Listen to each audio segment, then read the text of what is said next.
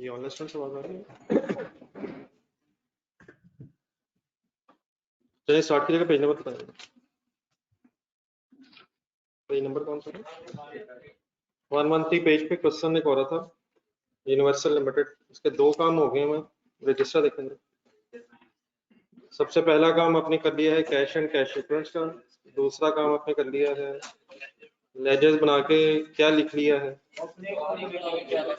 लेकिन किन के लेजर नहीं बनाए आपने? कैश एंड कैश इक्विवेलेंट में कंपोनेंट्स कितने इस सवाल में? इस सवाल में एक ही था, सिर्फ कैश के नाम से शायद।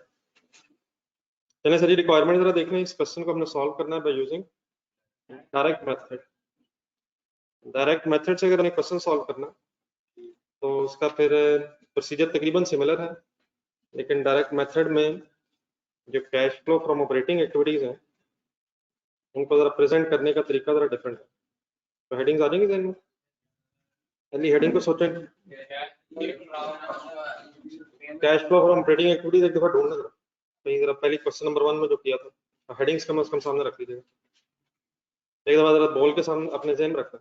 सबसे पहले हेडिंग आनी है ऑपरेटिंग एक्टिविटीज में कैश रिसीव फ्रॉम कस्टमर्स, आगे कैश पेमेंट टू सप्लायर्स, और फिर कैश पेमेंट फॉर एक्सपेंसेस, फिर कैश जनरेटेड फ्रॉम ऑपरेशंस, और यहाँ से ऑनवर्ड्स डायरेक्ट और इनडायरेक्ट मेथड का डिफरेंस खत्म हो जाएगा।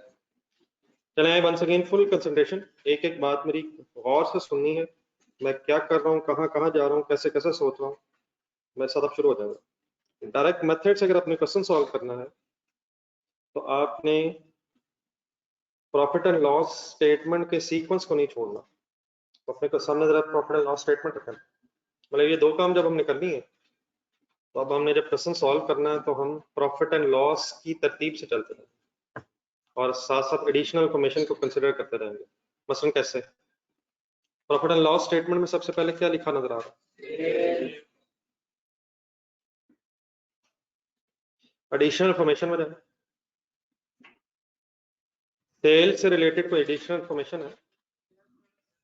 सर ये बात है बिल्कुल सिंपल ही अब निकल आनी है, बस तरीका इसका क्या है ये असल में फाइनल करना है। मैंने सबसे पहले आपको क्या कहा कि प्रॉफिट एंड लॉस की सीक्वेंस नहीं छोड़ना। सबसे पहले आपको क्या नजर आ गया? फिर मैंने आपको कहाँ लेके गया?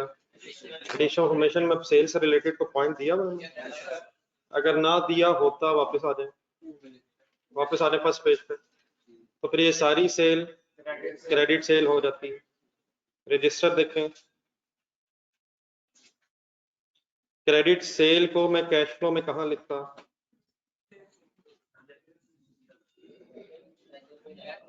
कैश फ्लो के अंदर लेजर कौन सा है? क्रेडिट सेल को मैं कैश फ्लो में कहाँ लिखता? कहीं भी नहीं। कैश फ्लो में कहाँ लिखता? कहीं भी नहीं।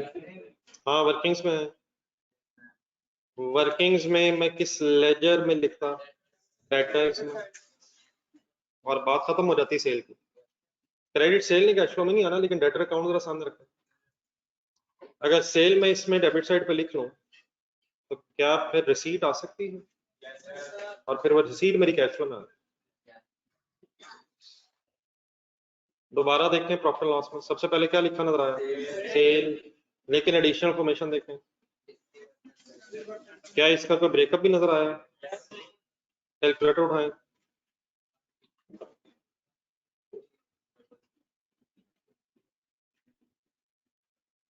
कितने परसेंट कैश सेल है? 40% रेकमेंड करें पहले। फिगर एक आ जाएगी 40% करवाया मैंने, डेफिनेटली 60% क्या हो जाएगा? क्रेडिट सेल हो जाएगी यार। 40% क्या बना? कैश सेल की एंट्री बोले। ऐसा जरा दोबारा बोलो, क्या ये कैश ट्रांजेक्शन? क्या इस कैश ने कहीं कैश फ्लो में आना? अब जो कैश सेल होती है वो इनकम भी हुई है और साथ ही कस्टमर से पैसे मिल भी गए। तो कैश सेल तो as it is cash flow में आ जाएगी, रिसीट फ्रॉम कस्टमर्स में। लेकिन जो 60% रह जाएगी वो पहले क्रेडिट सेल डेटर के लेजर में जाएगी, फिर बैलेंस होकर रिसीट आएगी। तो पेशेंस रहा, एक सेकंड बोर्ड पर देखो। क्या cash cell means cash debit जो सेल के अगेंस्ट हो रहा है, इसे कैश फ्लो में आना चाहिए। अब जो रिसीट फ्रॉम कस्टमर्स की हमारी हेडिंग है, इसका मीनिंग क्या है? Receipt from customers. अब कस्टमर से हो सकता है कैश सेल के पैसे मिले हो, और हो सकता है कस्टमर से क्रेडिट सेल के पैसे मिले हो, तो वो दोनों इकट्ठे हो जाएंगे। कैसे? कौन सी फिगर आपको मिल गई हुई है? 2,73,000 इंटू 40% मैंने किया है, डेफिनेटली आप सॉल्व करके लिख ले सकते हैं। एक सेकंड में बात पूरी कर दूंगा। कैश सेल्स को मैंने as it is cash flow में क्यों लिख दिया? क्योंकि ये इनकम भी है और कैश भी है। तो इनकम प्रॉफिट लॉस में आ गई है 40% और कैश फ्लो 40% कैश आ गया।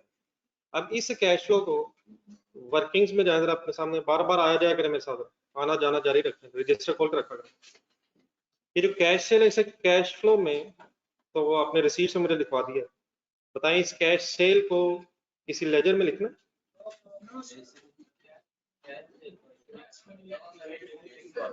कैश के लेजर में लिखना होता है वैसे? कैश के लेजर में कैश डेबिट लिखना है सर? आपको पता है ये जो कैश फ्लो स्टेटमेंट है ये क्या चीज है? ये कैश ही का लेजर है, लेकिन स्टेटमेंट फॉर्म में बना है। तो मैंने कैश डेबिट कहाँ लिख लिया हुआ है? कैश के लेजर में लिख लिया हुआ है। कहाँ है ये लेजर? तो नजर नहीं आ रही। इस लेजर को स्टेटमेंट फॉर्म में बनाया हुआ है। तो कैश डेबिट हो चुका है, वर्किंग्स में है, वहां कैश का लेजर नजर क्यों नहीं आ रहा? उनके बना तो हुआ है, इतना बड़ा 2 सफों पे क्या बना हुआ है? अजीब लेजर है। बस ये अजीब क्या हुआ, ये टी फॉर्म की बजाय स्टेटमेंट फॉर्म बना हुआ। तो कैश का लेजर तो ये है, तो कैश तो हमने डेबिट कर लिया है, अब दोबारा वर्किंग्स बनाए। इस लेजर में सेल लिखो। अगर सेल लिखनी है तो किस लेजर में लिखेंगे? सेल के लेजर में लिखेंगे। और सेल के लेजर को बनाने की जरूरत क्यों नहीं है? ऑलरेडी सवाल में बना हुआ है। ये फिगर उठाई कहाँ से हमने? और हम वैसे भी ये लेजर बनाते किसके हैं? प्रॉफिट एंड लॉस फिगर्स के या स्टेटमेंट ऑफ फाइनेंशियल फिगर्स? तो मेरे सवाल का जवाब पूरा ये है, कंसंट्रेशन सुनिए। कैश जो डेबिट हुआ मैंने कैश फ्लो में डेबिट कर लिया है, और सेल का लेजर प्रॉफिट एंड लॉस से रिलेटेड है, उसका लेजर हमने बनाया ही नहीं हुआ क्योंकि जरूरत नहीं है, प्रॉफिट लॉस स्टेटमेंट तो बनी हुई है। तो मीन्स से जो लेजर हमने बनाए हुए हैं उसमें अब इस सेल का कोई काम नहीं है। किस सेल की मैंने बात की है? What is double entry of cash sale? तो कैश मैंने कहाँ डेबिट किया? कैश फ्लो में, कैश अकाउंट में जो स्टेटमेंट फॉर्म में है। और सेल का लेजर हमने बनाया इसलिए नहीं, वो तो प्रॉफिट लॉस की फिगर है, उसकी जरूरत नहीं है प्रॉफिट लॉस बनाओ। तो किसका चैप्टर क्लोज कर दिया मैंने? Cash cell. Cash cell. अब कैलकुलेटर पर करें 60%। तो असल चीज से तो समझना ज्यादा इंपॉर्टेंट है, ये फिगर तो इतनी ज्यादा नहीं है। क्या किया अब आपने? इसको किससे मल्टीप्लाई किया? सेल को आपने 60% से मल्टीप्लाई करके क्या निकाल लिया? क्रेडिट सेल की एंट्री बोल रहे। Debtor debit. Debtor debit cash flow में कहाँ लिखूं? वर्किंग्स में कहाँ लिखूं? किस साइड पे लिखूं? रेफरेंस क्या लिखूं? ये सारी सेल आपने क्यों नहीं लिखवाई मुझे? अगर इंफॉर्मेशन ना मिलती तो आप क्या करते? फिगर ही बता दीजिएगा जरा मुझे इसकी। 163,800 और इसकी फिगर आई है 2,73,000। 273,000 multiplied by 60%। Let me finish please. जो कैश सेल का कैश डेबिट हुआ वो मैंने कैश फ्लो में लिख दिया रिसीट्स में, और जो क्रेडिट सेल का डेटर डेबिट हुआ है वो मैंने डेटर अकाउंट में लिख दिया है। और सेल की किसी लेजर को हमें बनाने की जरूरत नहीं है क्योंकि सेल प्रॉफिट एंड लॉस में ऑलरेडी वहीं से तो उठाई है। बात यहाँ तक ठीक है? अब यकीनन डेटर का लेजर बैलेंस हो सकता है, लेकिन बैलेंसिंग कब करते हैं? एंड पे कब करते हैं? जब पर्सन कंप्लीट हो जाता है। ठीक हो गया? तब आप काइंडली इसी तरह मेरे साथ साथ जहां जहां मैं गया लिख के इकट्ठे होंगे। तो पहला फोकस क्या होना चाहिए कि क्या हो रहा है वो देखा जाए, और देन फिर उसके बाद आप ही के लिए लिखा मैंने, आपने ही देख के लिखना।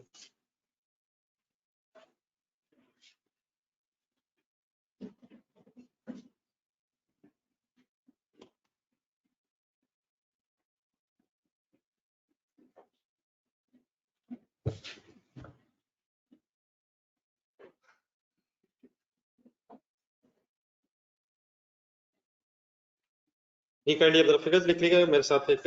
मेरे सामने एक सवाल उठा है, आपके सामने रखता हूँ, मैं तो स्पीचलेस हो गया।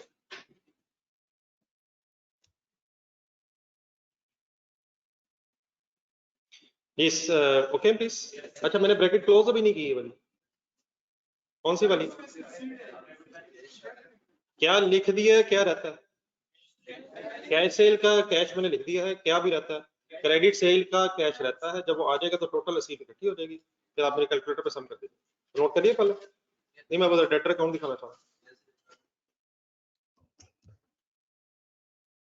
थोड़ा स्पीड अप हो जाए जरा यार। ये वर्किंग्स में है, लिखें ट्रेड रिसीवेबल्स। ये ऑनलाइन स्टूडेंट साथ है, ऑनलाइन स्टूडेंट्स प्लीज साथ है।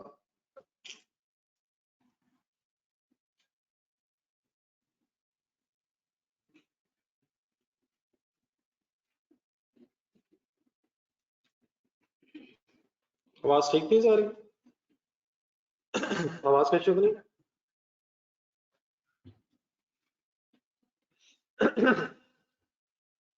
जी जल्दी से पेज नंबर 108 निकालिएगा। 108 पे क्वेश्चन नंबर 1 देखिएगा। ये सारी बहस मेरे से सुनने के बाद क्वेश्चन नंबर 1 का डाटा देखें, जो वहां शाहनवाज स्पोर्ट्स प्राइवेट लिमिटेड के नाम से दिया हुआ, उसमें एक सेल है, बोले फिगर कितनी है? उस सेल का ब्रेकअप ढूंढे, उसमें कैश कितना था और क्रेडिट कितना था? ब्रेकअप नहीं दिया था। अब मेरी तरफ देख के बोले आपने क्या किया होगा? आपने सारी सेल को क्रेडिट सेल समझ के क्या किया होगा? लेटर को अपनी क्लोजिंग ढूंढे, वहीं ढूंढे। जब ये ओपनिंग क्लोजिंग मिला होगा तो आपने इसे ओपनिंग क्लोजिंग को लेजर में लिख लिया होगा, सेल सारी को अपने क्रेडिट सेल समझ के डेबिट साइड पे लिख लिया होगा, और फिर कैलकुलेटर पे क्या निकाल लिया होगा? रसीद निकाल ली होगी। What is the difference in this question and that question? यहाँ ब्रेकअप मिल गया, वहां ब्रेकअप नहीं था, तो जो ब्रेकअप मिला वो cash sale as it is आ गई। Credit sale please, I hope कि वही हुआ जो पहले। आगे चलें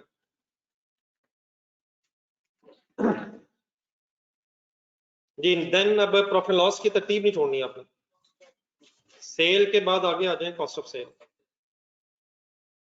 cost of sale cash flow में कहाँ लिखूं? तो कहीं तो लिखें यार, कैश फ्लो के अंदर। ऑपरेटिंग में लिखो, इन्वेस्टिंग में, फाइनेंसिंग में? कैश फ्लो एक और चीज है, वर्किंग और चीज है। मैंने कब कहा वर्किंग में नहीं लिखना? मैंने उस्मान साहब कब कहा कि वर्किंग में ना लिखूं? कैश फ्लो में कहाँ लिखूं? ये सवाल आपके जहन में आने चाहिए, और अकॉर्डिंगली फिर जहन में ये भी आना चाहिए लिखूं ना लिखूं। कैश फ्लो में कॉस्ट ऑफ सेल का कोई काम नहीं है, वर्किंग में। कॉस्ट ऑफ सेल्स जहन में रख के सोचें, वर्किंग के किसी लेजर में आना, स्टॉक के लेजर में है, इस साइड पे कॉस्ट ऑफ सेल लिखवाएंगे, लेकिन एडिशनल फॉर्मेशन में जाए। क्या इस कॉस्ट ऑफ सेल के अंदर कोई नॉन कैश ट्रांजैक्शन तो नहीं है यार? पॉइंट नंबर 3 ढूंढना जरा।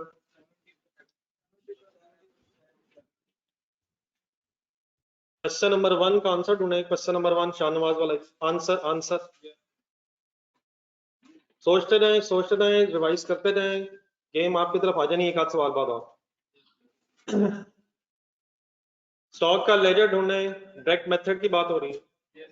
स्टॉक का लेजर ढूंढे, कॉस्ट ऑफ सेल 3,10,000 थी, क्या माइनस किया था? सवाल देख लें। जब भी किसी एक्सपेंस के अंदर नॉन कैश ट्रांजैक्शन होगी डायरेक्ट मेथड की वर्किंग करते हुए, तो फिर वहीं जहां जहां वो है वो माइनस करके निकाल देंगे। ठीक है सर? तो वंस अगेन वापस आए सवाल में, यहाँ आप उसे अमाउंट देने की बजाय क्या किया? अमाउंट देके परसेंटेज दे दी है। देयरफॉर अब आप क्या करने लगे हैं? कॉस्ट ऑफ सेल पहले लिखवा दें रखेंगे। कॉस्ट ऑफ सेल की अमाउंट है कितनी? 187,500, 187,500। इसमें डेप्रिसिएशन 22,500 है। अच्छा ये मिलियन थाउजेंड्स वगैरह में कन्वर्ट करने, अब हिम्मत कीजिएगा सही। 22.5 मिलियन मींस 22,500 500 रह जाना है, 1000 में गेम हो रही है। 22.5 मिलियन बोलने में कैसे लिखूं?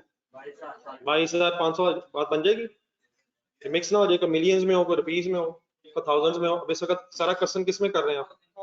तो 22,500 डन है, 3 जीरो ऊपर कॉमन हो गए, लेकिन मल्टीप्लाइड बाय 70% मैंने क्यों किए? सोच के बताएं, बाकी 30% कहाँ करवाएंगे? 70% तो कॉस्ट ऑफ सेल में है, बाकी 30% पे जब आप मुझे ऑपरेटिंग एक्सपेंसेस की वर्किंग करवाएंगे तो वहां भी याद करवाना है। फाइनल करें, कॉस्ट ऑफ सेल रिमेनिंग क्या रहते हैं? नहीं है, मतलब बैलेंसिंग फिगर टोटल कर देना माइनस है। 171,753, ठीक है, लिखें यहाँ पे। इंडिविजुअली कंसंट्रेट करें एक एक फिगर पे, और सब लोग प्लीज आए जाए जहां जहां मैं सवालों में लेके जा रहा हूँ। ये फिगर काइंडली सॉल्व करके बता दो, ठीक है। ये डेफिनेटली पहले 70% होगा और फिर माइनस होगा, या पहले माइनस होकर 70% हो जाएगा। डेप्रिसिएशन का 70% करें, ब्रैकेट्स लगा लें, और फिर देन माइनस करें। डेप्रिसिएशन का 70% होना, या कॉस्ट ऑफ सेल के 70% हो जाना? डेप्रिसिएशन का 70% कॉस्ट ऑफ सेल में से लेस होगा। तो वो वैसे तो आप अगर कैलकुलेटर पे कर रहे हैं, मेरे ख्याल में कैलकुलेटर कर तो देता होता है, पहले मल्टीप्लाई होता है या पहले माइनस हो जाएगा? मल्टीप्लाई होके माइनस होगा, 70% माइनस होना है, या माइनस करके 70% करना। फिगर आ गई? यानी कंफ्यूजन क्या चीज है डेप्रिसिएशन कैश फ्लो के एंगल से? नॉन कैश ट्रांजैक्शंस नहीं कैंसिल होना है, चाहे डायरेक्ट मेथड हो चाहे इनडायरेक्ट। इनडायरेक्ट मेथड में कैसे कैंसिल होती है? प्रॉफिट में एडजस्टमेंट्स करके, और डायरेक्ट मेथड में जहां जहां है वहां वहां खर्चों में से एडजस्ट करके, ठीक है जी ऑनलाइन स्टूडेंट्स? जी डेफिनेटली बैलेंस हो सकता है, लेकिन प्लीज बैलेंसिंग साथ साथ नहीं होनी। जब तक पूरी इन्फॉर्मेशन कंप्लीट ना हो बैलेंसिंग नहीं हो सकती, क्योंकि हो सकता है अभी कोई और भी फिगर आनी हो, तो साथ साथ बैलेंसिंग कमी नहीं करनी, सिर्फ फिगर लिख के डूब जाना। तो कॉस्ट ऑफ सेल्स का कुछ और तो नहीं करना हमने। आए वापस कैश फ्लो, और सॉरी क्वेश्चन में, कॉस्ट ऑफ सेल में से डेप्रिसिएशन हमने एडजस्ट करके अपनी वर्किंग्स में लिख ली है। आगे बढ़े, ग्रॉस प्रॉफिट बताएं कैश फ्लो में कहाँ लिखो, स्पीड अप हो जाए मेरा। ऑपरेटिंग इन्वेस्टिंग फाइनेंसिंग कहीं तो लिखें, वर्किंग्स में बताएं कहाँ लिखें।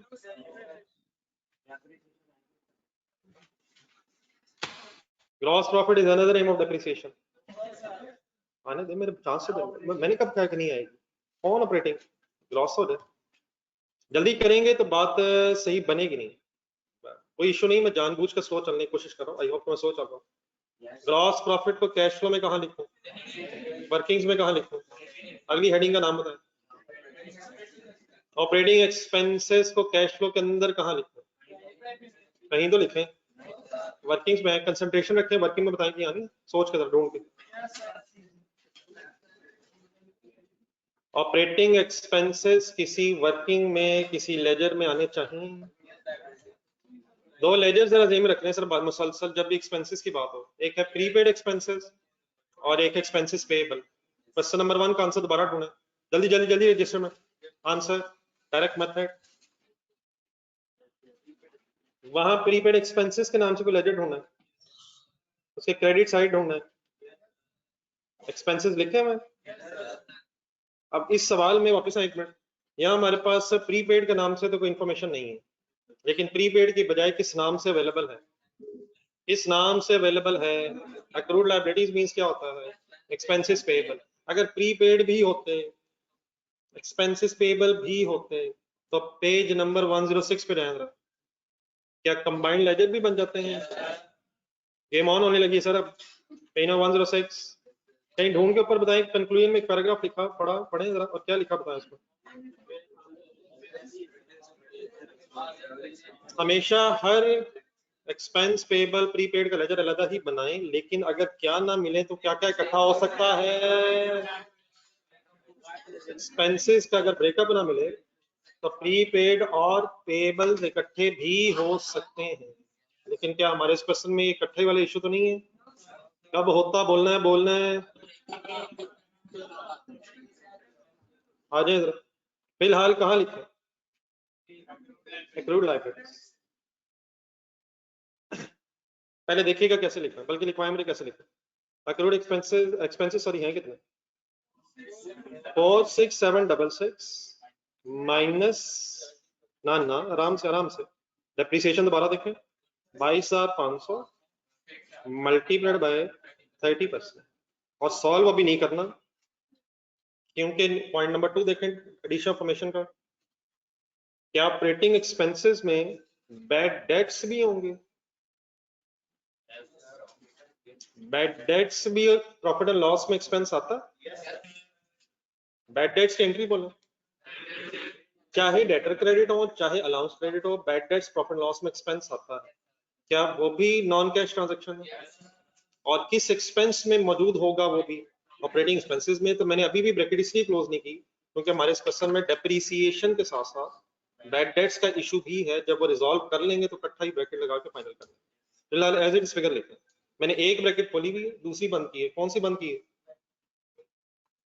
डेप्रीसिएशन वाली मैंने क्लोज कर दी है, लेकिन अभी जो मैंने मेन ब्रैकेट खोली हुई थी जिसके अंदर वर्किंग होनी है उसको मैंने अभी फाइनली क्लोज नहीं किया।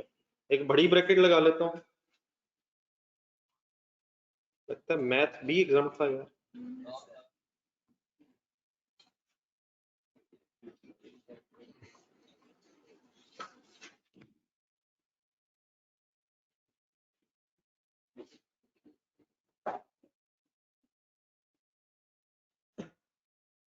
बहरहाल मेरे बताने से बात तो क्लियर हो रही है। ये क्या किया मैंने? मुझे क्या मिला ऑपरेटिंग एक्सपेंसेस। फिर मैं कहाँ आया? Addition formation. वहां मुझे क्या मिला? डेप्रिसिएशन 70/30। फिर मैंने आपसे क्या पूछा? ऑपरेटिंग एक्सपेंसेस को कैश फ्लो में कहाँ लिखो? आपने क्या जवाब दिया? कहीं नहीं। फिर मैंने आपसे क्या पूछा? वर्किंग्स में कहाँ लिखो? आपके जहन में कौन सा लेजर आया? Expenses payable. तो एक्सपेंस और डेबिट होता है, मैंने बताए बगैर ही क्रेडिट कर दिया। आई होप कि ये मसला हल हो चुका है। फिर एक्सपेंस में से मैंने डेप्रिसिएशन निकाल दी, लेकिन आपको पूरी ब्रैकेट क्लोज करके आंसर क्यों नहीं निकालने दिया?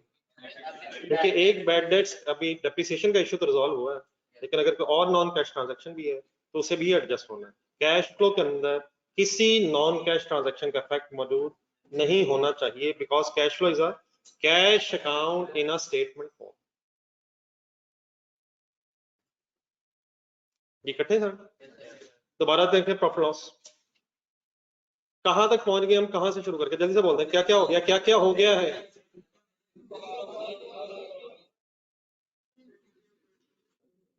सेल हो गई, सेल हो गई, कॉस्ट ऑफ सेल हो गई, ग्रॉस प्रॉफिट का जो सोचना था सोच लिया, ऑपरेटिंग एक्सपेंसेस सोच लिए, यकीनन आगे क्या नजर आ रहा है। लेकिन एक छोटा सा काम जरा वर्किंग्स में है, एक चीज और फाइनल करवाने वाला है। ये पॉइंट नंबर 2 ढूंढना डेप्रिसिएशन वाला, सॉरी कौन सा पॉइंट है? 3 है सर, 3 वाला डेप्रिसिएशन का जरा पॉइंट नंबर 3 दोबारा पढ़ना। डेप्रिसिएशन जो एक्सपेंसेस में शामिल थी उसको तो हमने एडजस्ट कर दिया है, ऐसी है ना यार। लेकिन जरा वर्किंग्स में जरा लेजर देखो, क्या डेप्रिसिएशन किसी और लेजर में भी आनी है? अब ये तसल्ली से जरा देख के बताएं, ढूंढने जरा चीज डेप्रिसिएशन की एंट्री बताया। अभी मैंने क्या किया, जो डेप्रिसिएशन डेबिट हुई थी वो कॉस्ट ऑफ सेल में थी और ऑपरेटिंग एक्सपेंसेस में थी, डेबिट हुई थी, तो वो तो मैंने एडजस्ट कर दी। अब इसका जो सेकंड इफेक्ट है, सवाल देख के बताएं, एक्यूमुलेटेड में है या प्रॉपर्टी प्लांट इक्विपमेंट में? और एक्यूमुलेटेड डेप्रिसिएशन के लिए लेजर बना होता है, यहाँ नहीं बना हुआ, यहाँ नहीं बना हुआ। तो एक सेकंड प्रॉपर्टी प्लांट इक्विपमेंट का लेजर देखना, क्या इस लेजर में इस सवाल के मुताबिक डेप्रिसिएशन आनी चाहिए? असल में हम साथ साथ अपने लेजर भी बैलेंस कर बना रहे होते हैं ताकि जो मिसिंग फिगर्स है वो भी आए। एक सेकंड पिछला पेज निकालना, एक जो कल क्वेश्चन नंबर 1 किए, ये प्लैटिनम वाला। क्या डेप्रिसिएशन का क्रेडिट इफेक्ट एसेट अकाउंट में लिखा था आपने? लेजर इसलिए हम बना रहे हैं क्योंकि जरा डेबिट साइड देखें, मिसिंग फिगर भी मिल जाती है। 4100 होने जरा, कल वाले सवाल की बात कर रहा हूँ। तो अगर आपने लेजर सही ना बनाया तो मिसिंग फिगर्स भी सही नहीं आएंगे। तो डेप्रिसिएशन जो कॉस्ट ऑफ सेल और ऑपरेटिंग एक्सपेंसेस में थी उसको मैंने एडजस्ट कर दिया और उसका सेकंड इफेक्ट किस लेजर में लिखने लगा, किस लेजर में लिखने लगा उसे। समझ आ रही मेरी बात? कितनी यहाँ 70% लिखो या 30%? है एसेट अकाउंट में 70% लिखो या 30%? 70% या 30%? खर्चा डिवाइड हुआ हुआ है, खर्चा डिवाइड हुआ हुआ है एक्सपेंसेस में, कॉस्ट ऑफ सेल और ऑपरेटिंग में। क्या एसेट 70% अप्रिशिएट हुए 30%? तो यहाँ कितनी अप्रिसिएशन आएगी? 22,500। डेप्रिसिएशन तो डेबिट होती है, ये किसका लेजर है?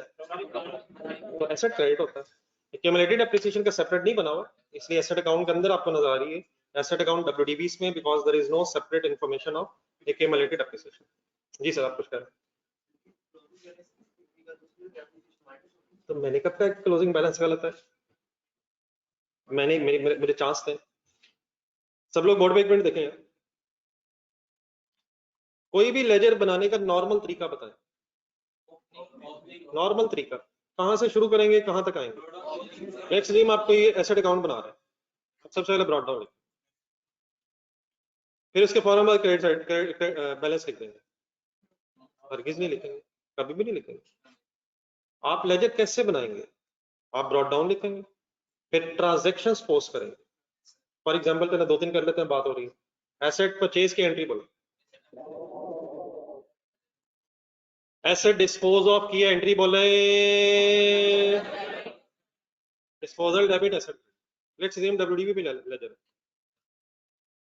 एसेट डेप्रिशिएट हुआ एंट्री बोलो।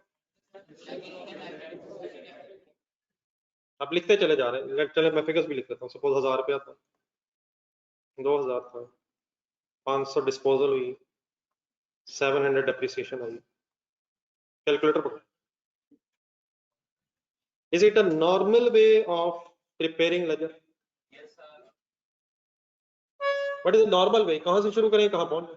ओपनिंग से शुरू करें, पूरा साल ट्रांजैक्शंस रिकॉर्ड करते रहे, एंड में सीडी निकालें। तो फॉर एग्जांपल सीडी कितना है? 1800। ठीक है। अब एग्जामिनर ने क्या किया? ये लेजर्स बना के, स्टेटमेंट ऑफ फाइनेंशियल पोजीशन बना के, सब कुछ बना के सवाल हमारे सामने रख दिया। हमें क्या मिला? हमें ये मिला। और अब मैं क्या कर रहा हूँ? मुझे डेप्रिसिएशन मिली, कितनी लिखी थी मैंने? 700। सपोज 700 लिख दी, तो मैंने लिख दी। अब मैं ये डेप्रिसिएशन लिख के क्या ये कहूँ कि क्लोजिंग बैलेंस में से तो ऑलरेडी लेस होगी? तो यकीनन क्लोजिंग बैलेंस में से लेस हो चुकी है। हम क्लोजिंग बैलेंस को गलत करार तो नहीं दे रहे। हम क्या कर रहे हैं? मैंने डेप्रिसिएशन लिख ली, मैं डिस्पोजल ढूंढ के लिख लूंगा, और क्या फिर मैं बैलेंसिंग फिगर निकाल लूंगा? तो अब हम यहाँ लेजर बना तो रहे हैं, लेकिन बने हुए लेजर्स में से फिगर्स ढूंढ रहे हैं क्या क्या आ चुकी हैं। तो हमें ओपनिंग देके ट्रांजैक्शंस नहीं बताएंगे, हमें ओपनिंग क्लोजिंग देनी है, ट्रांजैक्शंस हम ढूंढते जा रहे हैं ताकि मिसिंग ट्रांजैक्शन हम उससे कैलकुलेट करें। तो क्या ये सब कुछ हो चुका है? अपने लेजर देखें, ये सब कुछ होने के बाद लेजर बने। तो फिर हम क्या कर रहे हैं? हम जो हो चुका है और जिसका पता चल गया वो लिख रहे हैं, और जिनका पता नहीं चल रहा वो कैलकुलेटर पे ढूंढ लेंगे। हम ये कर रहे हैं। कल वाला दोबारा प्रॉपर्टी प्लांट इक्विपमेंट का लेकर देखा नहीं, कहा कैसे पहले कैसे बनाया तो 4100 आया, ब्रॉड डाउन मिला, कैरी डाउन मिला, डेप्रिसिएशन ढूंढ ली, रिवैल्यूएशन ढूंढ ली, एडिशन ढूंढ ली, इवन एक डिस्पोजल ढूंढ ली अगर आपके एक्सचेंज हो गया, फिर सब कुछ लिख लिया जो सवाल से मिला था। सवाल 4100 के, जरा सोचो, लेजर सामने रखते हैं, 4100 के क्या सब कुछ सवाल से मिल गया था? 4100 के अलावा इस सवाल में प्रॉपर्टी प्लांट इक्विपमेंट से रिलेटेड सब कुछ मिल गया था। तो जो मिल गया था वो लिख लिया था, और जो रह गया था वो ढूंढ लिया। तो वंस अगेन अब मैं क्या करने लगा? जो जो मिल ही जा रहा है वो लिखी जा रहा हूँ, और जो रह जाएगा वो इंशाल्लाह अपने मेरे कैलकुलेटर पे सॉल्व कर देंगे। जी सर, कौन से स्टेज तक अब हम फाइनली पहुंच गए? अल्हम्दुलिल्लाह सेल हो गई, कॉस्ट ऑफ सेल हो गई, बोली जाया करें। ग्रॉस प्रॉफिट से आगे ऑपरेटिंग एक्सपेंसेस हो गए। अब हम आ गए हैं अदर इनकम पे, लेकिन जो अदर इनकम है इसका एक ब्रेकअप नेक्स्ट पेज पे जाएगा। इसका एक ब्रेकअप नेक्स्ट पेज पे पॉइंट नंबर 4 में आ गए। और अच्छा पॉइंट है ये, इसमें आप और सोच के अपना कॉन्सेप्ट फाइनल कर सकते हैं। ये ऑनलाइन स्टूडेंट्स यहाँ तक इकट्ठे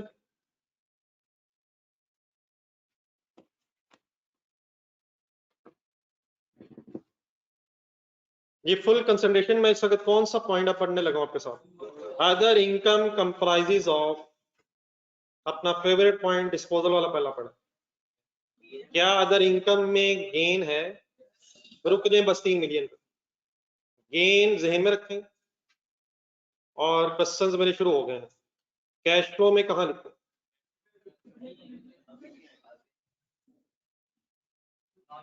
अभी नहीं तो कब आएगा? गेन कैश फ्लो में कहां लिखूं? कल वाला आंसर निकाले क्वेश्चन नंबर 1 का। प्लैटिनम ढूंढे, स्टार्ट में ऑपरेटिंग एक्टिविटीज में आपने गेन 100 लेस करवाया मुझे। गेन ऑन डिस्पोजल लेस करवाया मुझे। सवाल दोबारा देखें, what is the gain on disposal? 3 million इधर देखें सवाल। इस 3 मिलियन का कैश फ्लो में क्या करूं? ऑपरेटिंग एक्टिविटीज में माइनस करवाएं। कब करवाएंगे? आज भी तो इंडेक्ट ही हो रहा है। डायरेक्ट मेथड में गेन क्यों नहीं आएगा? हमने प्रॉफिट से स्टार्ट ही नहीं किया। क्या कैश फ्लो गेन्स के लिए बनती है लॉसेस के लिए? दोनों के लिए नहीं बनती, रिसीट्स एंड पेमेंट्स के लिए बनती है। तो फिर कल क्यों लिखा हुआ? क्योंकि हमने स्टार्ट प्रॉफिट से किया था, इसलिए गेन कैंसिल करने के लिए लिखा हुआ। अब दोबारा अगर 100 देखें, क्या ये 100 आपको कैश फ्लो में नजर आ रहा है? क्या ये 100 नेगेटिव कैश फ्लो में आपको नजर आ रहा है? अब नजर नहीं आ रहा है। लेस करने के बाद अब 0 हो गया, तो क्या कैश फ्लो में गेन आ रहा है? आ तो रहा है, 100 नेगेटिव आ रहा है, आ रहा था प्रॉफिट में। आपने क्यों लिखा? ताकि कैंसिल हो जाए। अब जरा बोर्ड पर देखें, हमारी ऑपरेटिंग एक्टिविटीज में अब गेन आएगा? हमने प्रॉफिट लेना ही नहीं, और अगर प्रॉफिट लेना ही नहीं तो उसके अंदर गेन होगा, उसे माइनस करने की जरूरत ही नहीं। दोबारा सोचें, क्या गेन कैश फ्लो में आता है? इनडायरेक्ट में आ रहा होता है प्रॉफिट में, तो लेस करके कैंसिल कर देते हैं। डायरेक्ट मेथड में गेन आ ही नहीं रहा होगा प्रॉफिट में, क्योंकि प्रॉफिट से शुरू ही नहीं करना हमने।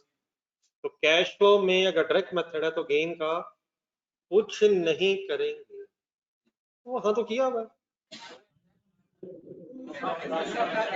वहां क्यों किया हुआ? जल्दी से बोल लीजिए। कैंसिल करने के लिए किया हुआ है, और यहाँ कैंसिल करने की जरूरत क्यों नहीं है? प्रॉफिट से शुरू करना ही नहीं है। तो क्या कैश फ्लो में गेन्स लॉसेस आते हैं? अगर भी आपसे बोले गेन लॉसेस कैश फ्लो में आते हैं, आप क्या कहेंगे? नहीं आते। और अगर वो गए आते हैं तो उसे समझा लेंगे, उसको इंशाल्लाह समझा लेंगे प्यार मोहब्बत से। क्या आपको पता है कि गेन 100 अब नहीं आ रहा, और यहाँ प्रॉफिट है ही नहीं, इसलिए गेन कैंसिल करने की जरूरत ही नहीं है। तो दोबारा मेरा क्वेश्चन, गेन को कैश फ्लो में कहाँ लिखते? डायरेक्ट मेथड है तो बिल्कुल नजर भी नहीं आएगा, ये आपको लिखा हुआ भी नजर नहीं आएगा।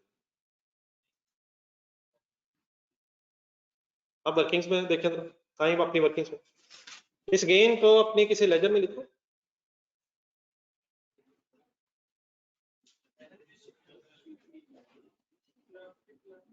कंसंट्रेशन प्रॉपर्टी प्लांट इक्विपमेंट एक भाई करता है, gain property plant equipment debit side में लिखे प्रॉपर्टी प्लांट इक्विपमेंट में, क्रेडिट साइड पे सेंटर लाइन पे। मेरी तरफ जरा देखें, कोई ऐसा लेजर है जिसमें कभी अपनी जिंदगी में गेन लॉस निकालना हो? डिस्पोजल अकाउंट में गेन लॉस निकलता है, और डिस्पोजल अकाउंट अगर हम बनाना चाहते हैं तो बना लें, यहाँ बना नहीं हुआ, जरूरत नहीं। क्या डिस्पोजल अकाउंट बना के कोई गेन लॉस निकाला गया होगा? गेन आया होगा उसमें, लॉस आया होगा, तो यकीनन कोई लेजर नहीं है। लेकिन अगर हम विजुलाइज करना चाहते हैं तो डिस्पोजल अकाउंट का कोई लेजर बनाया गया होगा जिसमें ये गेन किधर आया होगा। हिम्मत हिम्मत, ये गेन किधर आया होगा? क्रेडिट साइड पे आया होगा, क्रेडिट बैलेंस आया होगा, किस तरफ लेजर में आया होगा? और जाने दे गेन क्रेडिट होता है, गेन क्रेडिट ही होता है, लेकिन क्रेडिट बैलेंस के तौर पे डिस्पोजल अकाउंट में किधर आया होगा? ये 1-2 दिन पहले मेरे साथ अपने डिस्पोजल अकाउंट बनाया था, पीछे पेजेस पे, हमारे पेजेस पे तो कुछ नजर ही नहीं आ रहा हमें। अल्हम्दुलिल्लाह सब कुछ नजर आ रहा है। ये मेरे साथ जिसे ना आपने वो डायरेक्ट जरा डिटेल में डिस्कस किया था एडजस्टमेंट फॉर वाली हेडिंग में, ये 2-3 दिन पहले। Indirect method, sorry indirect method, उसके साथ आपने मेरे साथ 3 लेजर बनाए थे, मुकर्रर रहिएगा प्लीज, बनाए थे। इस लेजर की बात कर रहा हूँ। डिस्पोजल अकाउंट देख के 3 एंट्रीज बोल रहे हैं और उसके बाद ढूंढने के बाद में गेन है लॉस है। कैश वाली एंट्री बोले, मायूसी खत्म करें, दोबारा बोले, बीच में रोक दीजिए। एसेट वाली बोले, accumulated depreciation debit disposal credit वाली मैसेज सुनना, और लेजर गौर से देखें गेन था या लॉस था, और लॉस था डेबिट साइड पे आ रहा है, क्रेडिट बैलेंस है यार, लेजर बैलेंस करने के लिए क्रेडिट बैलेंस आया हुआ है। तो अगर ये गेन है तो किधर आया होगा लेजर में, 3। अब ये जरूरत नहीं है इस वक्त क्वेश्चन में, मैं सिर्फ इसलिए बना रहा हूँ कि जरा याद आ जाए कि वो कौन सा लेजर है जिसमें गेन या लॉस ऑन डिस्पोजल आया होगा। The name of that ledger is disposal account, और वो डेफिनेटली क्वेश्चन में बना नहीं हुआ। आपको पता ये डिस्पोजल अकाउंट का जो गेन लॉस है ये फॉर द ईयर कैलकुलेट होता है, ये gain next year brought down बन जाएगा। गेन लॉसेस हर साल के अलग अलग कैलकुलेट होते हैं, फॉर द ईयर फिगर है, इन लेजर्स में ब्रॉट डाउन होते हैं, एज ऑन कैलकुलेट होते हैं। एज ऑन कौन से कैलकुलेट होते हैं, assets, liabilities and equity, statement of financial position as on, next year brought down. हर बात हर वक्त नहीं साइंस। गेन को कैश फ्लो में कहां लिखूं, कहीं नहीं। गेन को किस लेजर में लिखूं, जो बनाए हुए उनमें तो नहीं आना। और संजीव ये प्लीज एसेट अकाउंट में तो कोई गेन लॉस नहीं है। एसेट में क्या आना डिस्पोजल का, या तो कॉस्ट आनी है या डब्ल्यूडीवी। एसेट में क्रेडिट होना अगर डिस्पोजल हुई है, किस अमाउंट से, अगर सेपरेट लेजर है तो कॉस्ट है, और अगर डब्ल्यूडीवी पे लेजर है तो डब्ल्यूडीवी से। कैश ने कहाँ आना है उसकी बाद में कर लेता हूँ। एसेट में क्या आना है, कॉस्ट या डब्ल्यूडीवी आना है। कल वाला लेजर ढूंढना था, question number 1 property plant equipment, question number 1 कल वाला परसों वाला, कल वाला ये है 500 ढूंढे कहीं।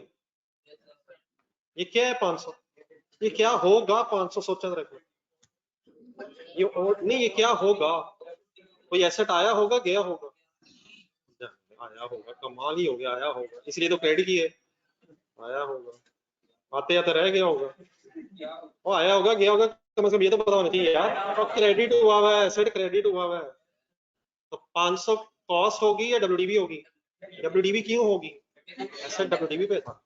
और अगर तसल्ली करनी तो देख लें क्वेश्चन नंबर 1 ढूंढना बुक में से, देख लें सर कुछ तो देखें। जब एसेट आता है तो डेबिट होता है क्रेडिट होता है, पहले सवाल आ जाए होना चाहिए। पॉइंट नंबर 7-6 जल्दी जल्दी देखी जाए, ये ढूंढे कौन सा पॉइंट था क्वेश्चन नंबर 1 प्लैटिनम वाले में। 7 पॉइंट में 500 आपने क्या बताया था, बुक वैल्यू मींस डब्ल्यूडीवी। तो डब्ल्यूडीवी पे डिस्पोजल कब रिकॉर्ड करवाते हैं, जब एसेट अकाउंट डब्ल्यूडीवी पे हो। कॉस्ट पे कब करवाते हैं, जब कॉस्ट पे हो। और gain loss laser of asset account के अंदर नहीं आता, वो डिस्पोजल अकाउंट बना के आता है। आई होप कि आपने मेरा टेस्ट किया था। ये दोबारा फाइनल करना है जवाब जल्दी से।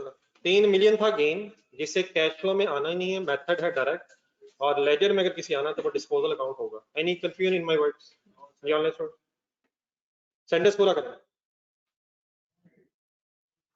12 मिलियन क्या है, try to explain an entry of this 12 million. ये कैश है या डब्ल्यूडीवी ऑफ द एसेट, दोबारा पढ़ लेना। इतने वाला बेचा है या इतने का बेचा, तो ये सेल प्रोसीड्स है, चल आप कल भी बता रहे थे। तो 12 मिलियन की एंट्री बोलने की कोशिश की जा सकती है, आराम से दोबारा बोले। कैश डेबिट है, डिस्पोजल अकाउंट क्रेडिट है। आप जरा सोचना शुरू करें, क्या ये जो कैश डेबिट कह रहे हैं आप, कैश फ्लो में कहीं आएगा, किस एक्टिविटी में आएगा, acquisition and disposal of non current assets, investing activities में आए मेरे साथ, receipt from disposal, amount as 12 million, लेकिन हम थाउजेंड्स में कर रहे हैं तो कैसे लिख रहे हैं प्लीज, 12,000। 3 जीरो किधर गए इसके, कॉमन हो गए, 3 आ क्यों गए, थाउजेंड्स में हो रहा है। पॉजिटिव लिखो नेगेटिव लिखो, पॉजिटिव लिखो नेगेटिव लिखो, कैश डेबिट हो रहा है, दाने से वर्किंग्स में क्या ये 12,000 सोच के किसी लेजर में भी आएगा? आएगा। अब इस क्वेश्चन में आएगा क्योंकि आपने वैसा डिस्पोजल अकाउंट बनाया है, डबल एंट्री बनाए नहीं, अब कंप्लीट करना। एसेट अकाउंट में भी तो 12,000 आएगा, एसेट अकाउंट में भी तो 12,000 आएगा। एसेट या कॉस्ट से या डब्ल्यूडीवी से क्रेडिट हो। सेल प्रोसीड्स की एंट्री बताएं। अगर आप डिस्पोजल अकाउंट नहीं बना रहे तो आपका कहीं भी कुछ नहीं आएगा, सेकंड इफेक्ट नहीं आएगा। लेकिन अगर डिस्पोजल अकाउंट बना रहे हैं, जो मेरे ख्याल बना ही नहीं, तो रिवाइज होता है, तो थाउजेंड्स में 3,000 गेन है और वर्किंग्स में डिस्पोजल अकाउंट में 12,000 किस साइड पे लिखेंगे? अच्छा जरा लेट आ रहा है आपके सामने, लेट आ रहा है, जरा खुद सोच के लिखो। बोर्ड पे नजर क्यों नहीं आ रहा? आगे इंशाल्लाह भी आ जाना इसमें, लेकिन जरा चलो तुमने खुद से लिखना। डिस्पोजल अकाउंट बनाया हुआ, डिस्पोजल अकाउंट जी ऑनेस्टमेंट चल रहे हैं साहब।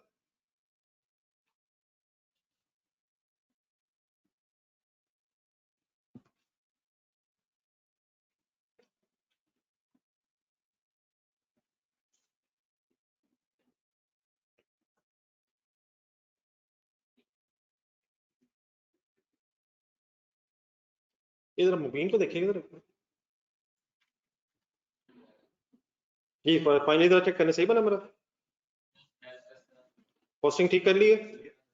डिस्पोजल अकाउंट को जो बन गया यहाँ तक, इसको जरा एक अकाउंटेंट की नजर से जल्दी से देखें। इस अकाउंटेंट की नजर, एक नजर से अगर आप ये लेटर देखें तो बताएं इसमें अब कुछ मिसिंग है, इसमें क्या क्या मिसिंग है?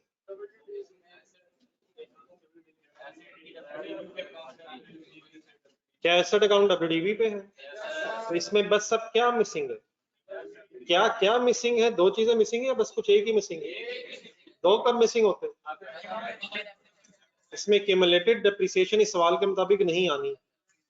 12 का बेचा है, 3 गेन हुआ है, जहन में ट्राई करें जरा। 9 मिलियन क्या होगा? कॉस्ट होगी, डब्ल्यूडीवी होगी। कितने वाला कितने का बेच के कितना गेन हुआ है? तो वो जो 9 है डब्ल्यूडीवी, क्या उसकी भी कोई एंट्री होगी? हिम्मत हिम्मत, डिस्पोजल डेबिट, एसेट क्रेडिट, लेकिन इंशाल्लाह वो बैलेंसिंग फिगर आ जाएगी, उस वक्त हम सॉल्व करेंगे।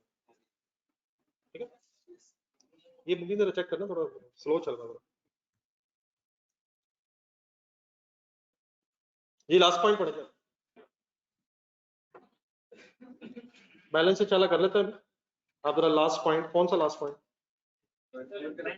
मेंटेनेंस इनकम, यानी एक और चेंज आ रहा है। एक करना मैं उधर पहुंचा हूँ, देखो दोबारा मैं। अच्छा चलो ठीक। ये सर मेंटेनेंस इनकम, ये हम कौन सा पॉइंट पढ़े सर? पॉइंट नंबर 4 में लिखा हुआ था अदर इनकम कंप्राइजेस ऑफ, में पहला तो गेन हमने डिस्कस कर लिया। अब other income comprise of second thing is maintenance income कितनी? क्वेश्चन शुरू हो गया मेरे दोबारा। मेंटेनेंस इनकम ऑफ 8200, 8200 हो जाएगा, 8.2 मिलियन 8200 को कैश फ्लो में कहा लिखो? मेंटेनेंस इनकम को कैश फ्लो में किस एक्टिविटी में लिखो? Operating, investing, financing. Maintenance income को कैश फ्लो में क्यों ना लिखूं? क्योंकि ये तो इनकम है। कैश फ्लो में क्या आता है? Receipts and payments. वर्किंग्स में मेंटेनेंस इनकम को किसी लेजर में लिखूं? अगर ये अर्न मेंटेनेंस इनकम के नाम से लेजर ना होता तो क्या यही इनकम रिसीट भी हो जाती? इनकम ने रिसीव होना है, एक्सपेंसेस ने पे होना, इनकम्स ने पे नहीं होना, अल्लाह ना करे। नहीं सीरियसली क्लियर कर रहा हूं। ऐसे इनकम्स का क्या फायदा जिनके पैसे हमने देने? तो इनकम्स ने किस में कन्वर्ट होना है? रिसीट्स में, और एक्सपेंसेस ने पेमेंट्स में। एक्सपेंसेस भी तो रिसीव हो सकते हैं, ख्वाहिशात अपनी जगह, एक्सपेंसेस पे करने पड़ते हैं, इनकम्स इंशाल्लाह रिसीव होते हैं। अगर अनएंड मेंटेनेंस इनकम का लेजर ना होता तो 8200 दोबारा देखें, क्या ये इनकम है?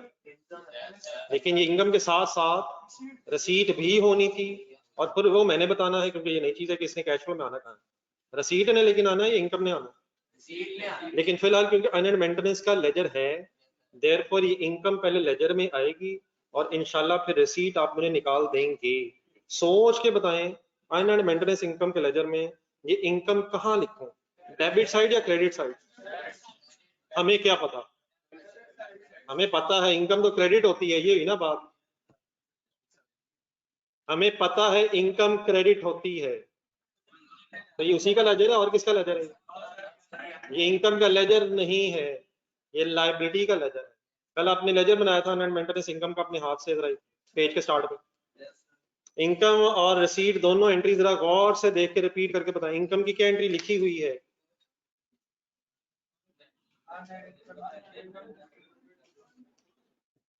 कैश की क्या एंट्री लिखी हुई है? Cash debit unearned income credit, cash ने आना है क्रेडिट साइड पे इस लेजर में, और इनकम होने से लायबिलिटी ने कम होना है। इनकम वाली एंट्री बोलेंगे। देखिए सर, चीजें जरा थोड़ी सी कंसंट्रेशन सोच के आसान करें जरा। इनकम ने क्रेडिट होना है, लेकिन अपने लेजर से। सेल का अगर लेजर बन रहा हो तो सेल ने अपने लेजर में क्रेडिट होना, एक्सपेंस कोई भी है तो उसने अपने लेजर में डेबिट होना। फॉर एग्जांपल कोई सैलरी है, यूटिलिटीज है, लेकिन अपने लेजर के अलावा उन्होंने किसी भी लेजर में जाना है, तो इनकम ने क्रेडिट तो अपने लेजर में होना है, फिर डेबिट ही होना किसी और लेजर में, और एक्सपेंस ने अपने लेजर में अगर डेबिट होना है तो जिस भी और लेजर में उसका सेकंड इफेक्ट जाएगा उसने क्रेडिट ही होना है। एक्सपेंसेस पेबल की एंट्री बोला था, एक्सपेंस डेबिट पेबल क्रेडिट, ये एक्सपेंस पेबल के लेजर में किधर आएगा? एक्सपेंस पेबल के लेजर में किधर आएगा? क्रेडिट साइड पे। Debtor debit sale credit, sale अपने लेजर में किधर आएगी?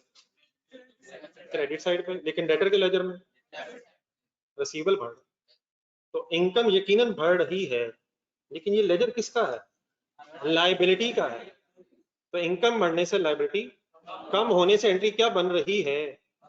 Unearned income debit, unearned maintenance income debit and income credit. एक सेकंड बोर्ड पे जरा देखें रेफरेंस। अगर मैं ये रेफरेंस लिख रहा हूँ और 8200 लिख रहा हूँ, तो क्या इनकम डेबिट हो रही है? इनकम क्रेडिट ही हो रही है। क्या कम होके क्या बढ़ रहा है? लायबिलिटी कम होके डेबिट हो रही है और इनकम क्रेडिट हो रही है। अब किस इस लेजर में कैश किधर से मिलेगा? अब इस लेजर में कैश किधर से मिलेगा? अब कैश सब डेबिट होता है, अपने लेजर तो उसी का लेजर है, ये लायबिलिटी का लेजर है, तो लायबिलिटी के लेजर में कैश क्रेडिट कर देगा, तो इंशाल्लाह बैलेंसिंग फिगर निकालो। आई होप कि हमको समझ पा रहे हैं कि क्या मजाक हो रहा है। आई होप कि मजाक नहीं हो रहा है। तो इनकम को कैश फ्लो में कहाँ लिखूं? कहीं भी नहीं। लेजर में कहाँ लिखूं?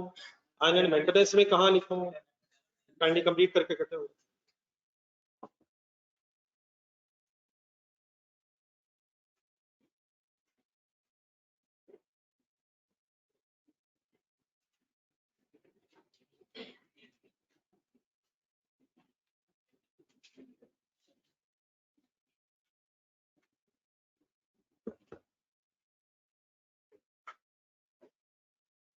जी अब दोबारा जरा देख के बताएं, हम प्रॉफिट एंड लॉस में कहाँ तक पहुंचे हैं? ये इकट्ठे यहाँ तक प्लीज। हम एज्यूमिंग के मेरे साथ साथ मिल गए मेरा, अदर इनकम से आगे बढ़ जाए sir. In profit before interest and tax पे इकट्ठे हैं सारे? Online students please. Profit before interest and tax पे सारे इकट्ठे हैं सर? बताएं कैश फ्लो में कहाँ लिखूं, वर्किंग्स में कहाँ लिखूं? देखेंगे तो पता चलेगा। वर्किंग में किस लेजर में लिखूं? कॉन्फिडेंट है? आगे बढ़े। इंटरेस्ट एक्सपेंस पे रुकें। इंटरेस्ट एक्सपेंस को कैश फ्लो में कहाँ लिखूं? इंटरेस्ट एक्सपेंस को कैश फ्लो में कहाँ लिखूं? कल वाला आंसर देखें प्लैटिनम।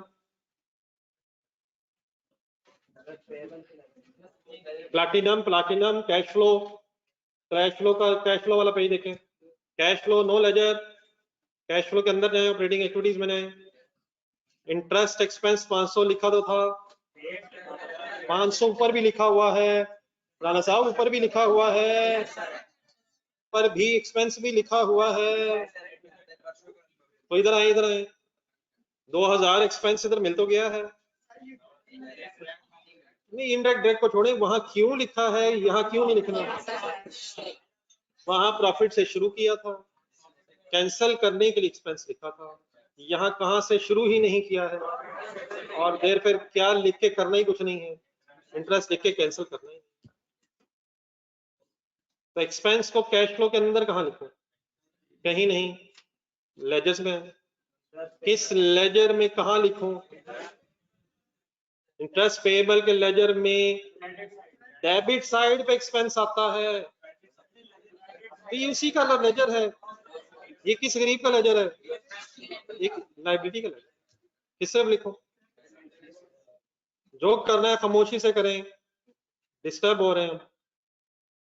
अमाउंट लिखो, यकीन है ये लेजर बैलेंस करके क्या निकल आएगा वो इंशाल्लाह निकाल लेंगे, कुछ जल्दी नहीं हमें। ये आगे बढ़े। अब ये क्वेश्चन आप उठाएं अपने ज़हन में, प्रॉफिट बिफोर टैक्स, पहला सवाल क्या ज़हन में उठाएंगे? कैश फ्लो में कहाँ लिखें? और कमाल हो गया यार, और फर्स्ट लाइन में आता है। प्लीज क्लियर करते रहने, बस अब यही प्रॉब्लम आना है।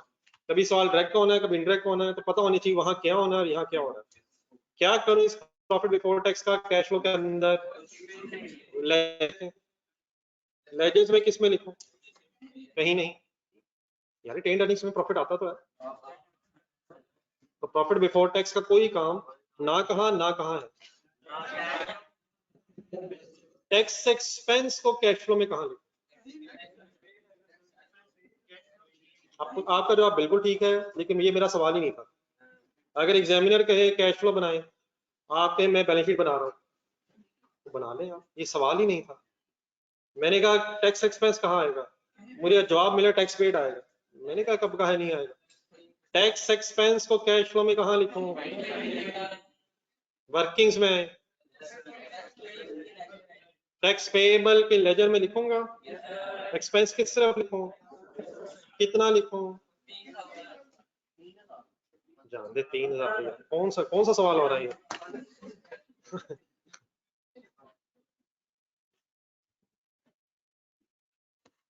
आई होप कि ये साइडें कंफर्टेबल है यार। पेएबल का लेजर है, वाइंड अप करें सर, प्रॉफिट आफ्टर टैक्स मिल गया, कैश फ्लो के अंदर कहाँ लिखूं? वर्किंग्स में किस लेजर में लिखूं? आई लिखूं, किस साइड पे लिखूं? अमाउंट में 329324।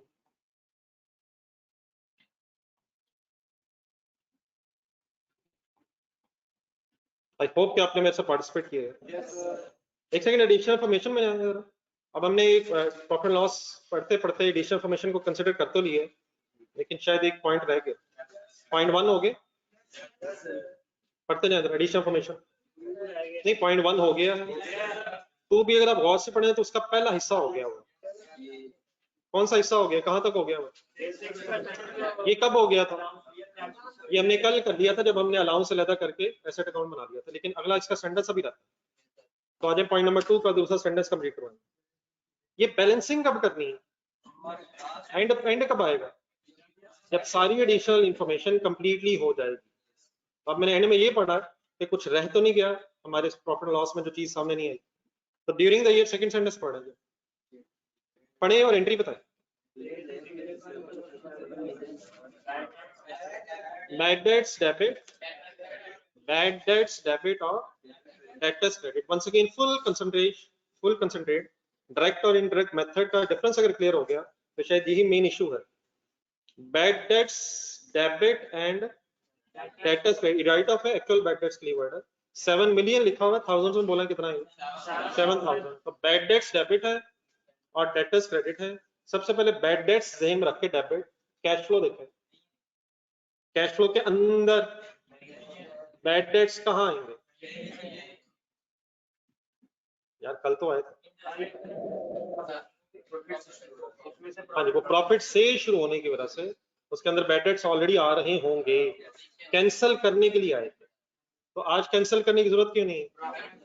प्रॉफिट हमने स्टार्ट ही नहीं दिया, तो कैश फ्लो के अंदर अब ये बैड डेट्स डेबिट नहीं आएंगे। वैसे भी जरा एंट्री दोबारा बोले पूरी। Debtors credit non cash transaction है, नॉन कैश ट्रांजैक्शन है। कल इसलिए लिखनी पड़ी थी क्योंकि प्रॉफिट से स्टार्ट किया था और उसके अंदर बैड डेट्स का इफेक्ट जो मौजूद था उसे कैंसिल करना था।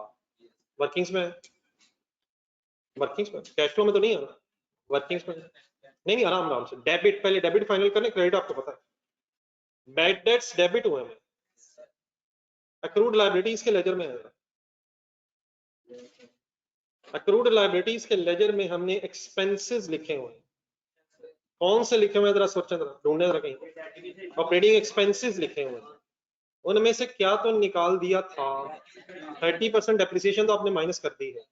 क्या प्रॉफिट एंड लॉस में बैड डेट्स भी वही होंगे? कहाँ होंगे, कहाँ होंगे? ऑपरेटिंग एक्सपेंसेस में होंगे। तो क्या ऑपरेटिंग एक्सपेंसेस में बैड डेट्स भी नॉन कैश ट्रांजैक्शन है? अगर कोई बैड डेट्स हैं, कोई इंपेयरमेंट लॉस वर्ड ध्यान में आ जाएगा। अगर कोई भी नॉन कैश ट्रांजैक्शन एक्सपेंसेस में शामिल है तो आपने उसे एडजस्ट करके अपनी वर्किंग्स को कंप्लीट करना है। तो मैं कहाँ इस वक्त मौजूद है? अक्रूड लायबिलिटीज के लेजर में। क्या नजर आ रहा है? Operating expenses. उसमें से क्या माइनस हो गया था? क्या माइनस हो गया था? अब क्या माइनस करने लगा हूं?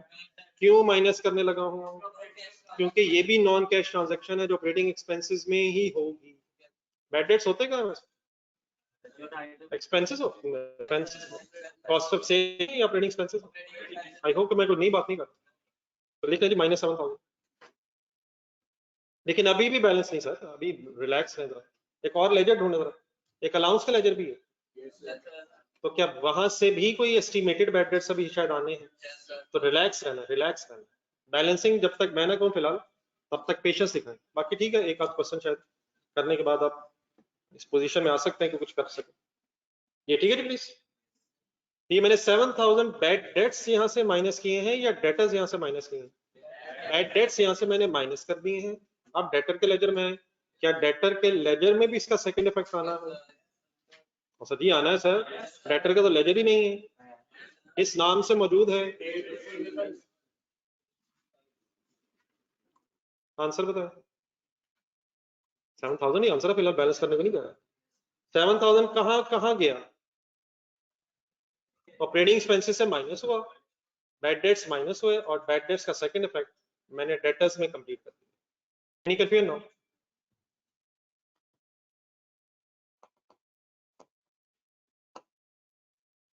ठीक है सर, ये एडिशनल इन्फॉर्मेशन पढ़ना जरा, कुछ और तो नहीं रह गया।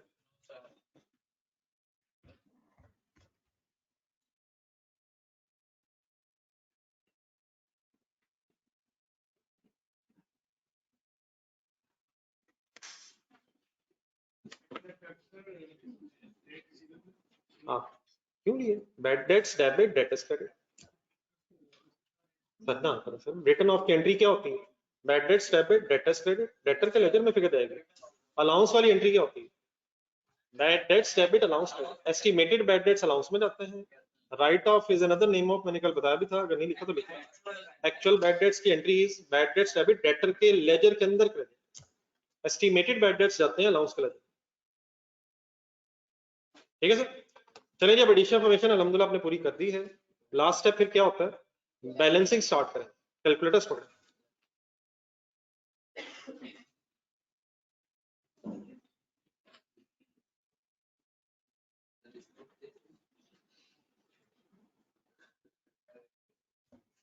प्रॉपर्टी प्लांट एंड इक्विपमेंट के लेजर नजर आया है, लेकिन चले कर लेंगे, पहले गलती कर लें ताकि बाद में फिर याद हो। ये करें जी पहले।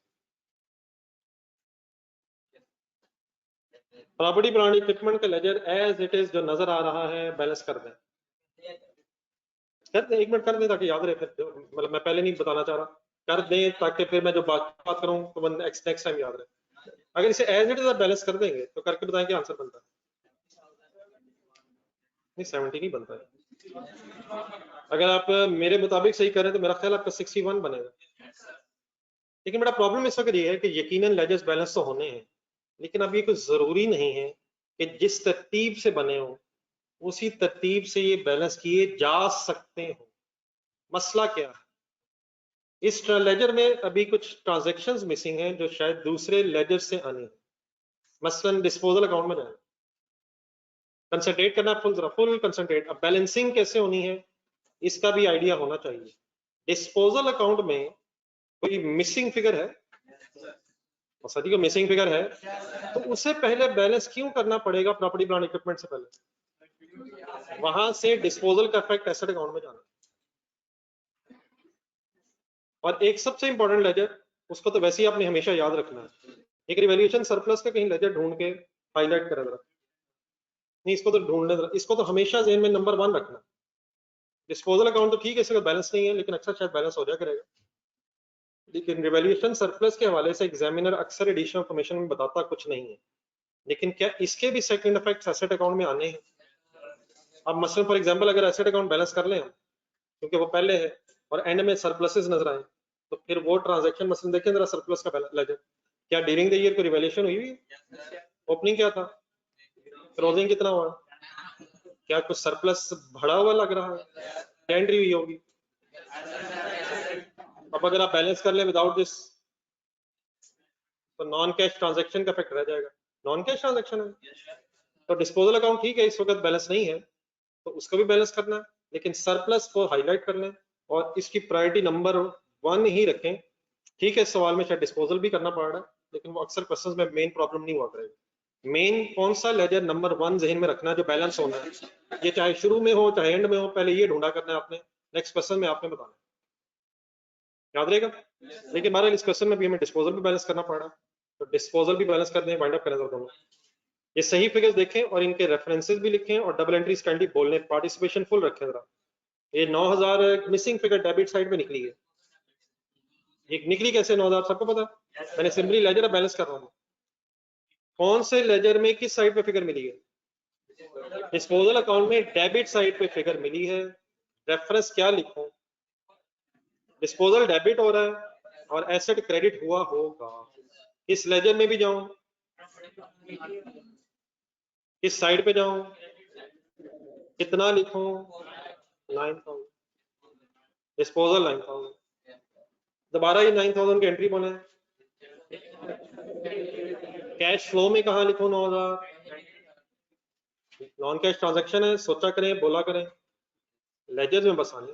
कैश फ्लो में इसका कोई काम नहीं है, वर्किंग्स में इसलिए लिख रहे हैं ताकि मिसिंग फिगर सही आइडेंटिफाई हो जाए। देन पहले आप सरप्लस बैलेंस करें, सरप्लस में कितना आ गया, किधर आ गया, किधर आ गया difference? Debit side credit side, entry बोले प्लीज, फंस गई एंट्री, दोबारा ट्राई। एसेट डेबिट कितने से, रिवैल्यूएशन सरप्लस का रेफरेंस आ गया, दोबारा एंट्री बोले फाइनली। ये ट्रांजैक्शन नॉन कैश नहीं, तो मैंने क्यों लिखी? मैंने तो कहा था कैश फ्लो में आनी नहीं है, मैंने तो कहा था कैश फ्लो के अंदर आनी नहीं है, तो आ तो रही है कैश फ्लो के अंदर, कैश फ्लो के अंदर नहीं है, वर्किंग से पार्ट है, लेजर्स में आ रही है। कैश फ्लो में ना ऑपरेटिंग ना इन्वेस्टिंग ना फाइनेंसिंग। ठीक है सर, अब आप रिलैक्स है, कैलकुलेटर पकड़ें, अब सीक्वेंस में शायद हम चल सकते हैं, लेकिन अभी भी लॉजिकली रिलैक्स है। ये प्रॉपर्टी प्लांट इक्विपमेंट, अब देख लें, आपका पहले थोड़ी देर पहले आंसर 61 आ रहा था, तो वो क्यों आ रहा था? क्योंकि फिगर्स भी ठीक नहीं थी, दो फिगर्स मिसिंग थी, 9000 भी और 10000 भी। तो अगर सही प्रॉपर फिगर्स ना हो तो फिर बैलेंसिंग फिगर भी ठीक नहीं आएगी। 60 आ रहे थे, अभी डिसीजन आपने नहीं, कल मैंने बता दिए थे, तो ट्राई करें किस लेजर में किधर डिफरेंस आ रहा है, एंट्री बोलने की कोशिश करें। ऐसे डेबिट हो रहा है, कैश क्रेडिट हो रहा है, किस एक्टिविटी में जाऊं? इकट्ठे हो रहे, इकट्ठे रहिएगा, जाने स्टूडेंट्स कैंडी साथ रहिएगा, कोई इशू तो नहीं इस वक्त? Property plant and equipment debit, cash credit, क्या खरीदने में कैश गया है? नॉन करंट एसेट खरीदने में अगर कैश जाए तो कौन सी एक्टिविटी में लिखेंगे? तो payment for property plant and equipment कितनी? पॉजिटिव नेगेटिव, पॉजिटिव नेगेटिव,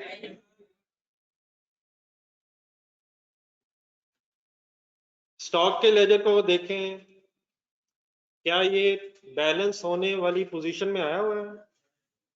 इसमें इंक्रीज डिक्रीज निकालना है इस सवाल में, या परचेजेस और पेमेंट्स निकालनी है, इंक्रीज डिक्रीज कब निकालते हैं, कौन से 5 मेन लेजर्स की इंक्रीज डिक्रीज करते हैं इनडायरेक्ट मेथड में,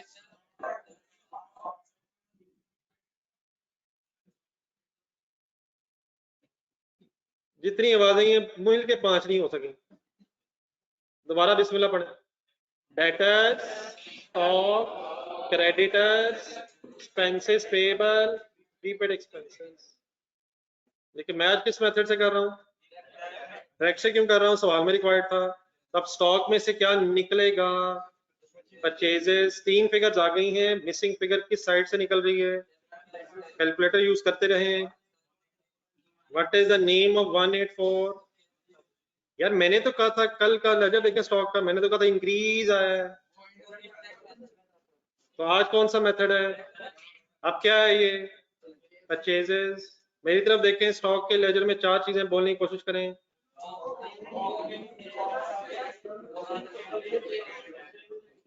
एक भी नहीं हुई।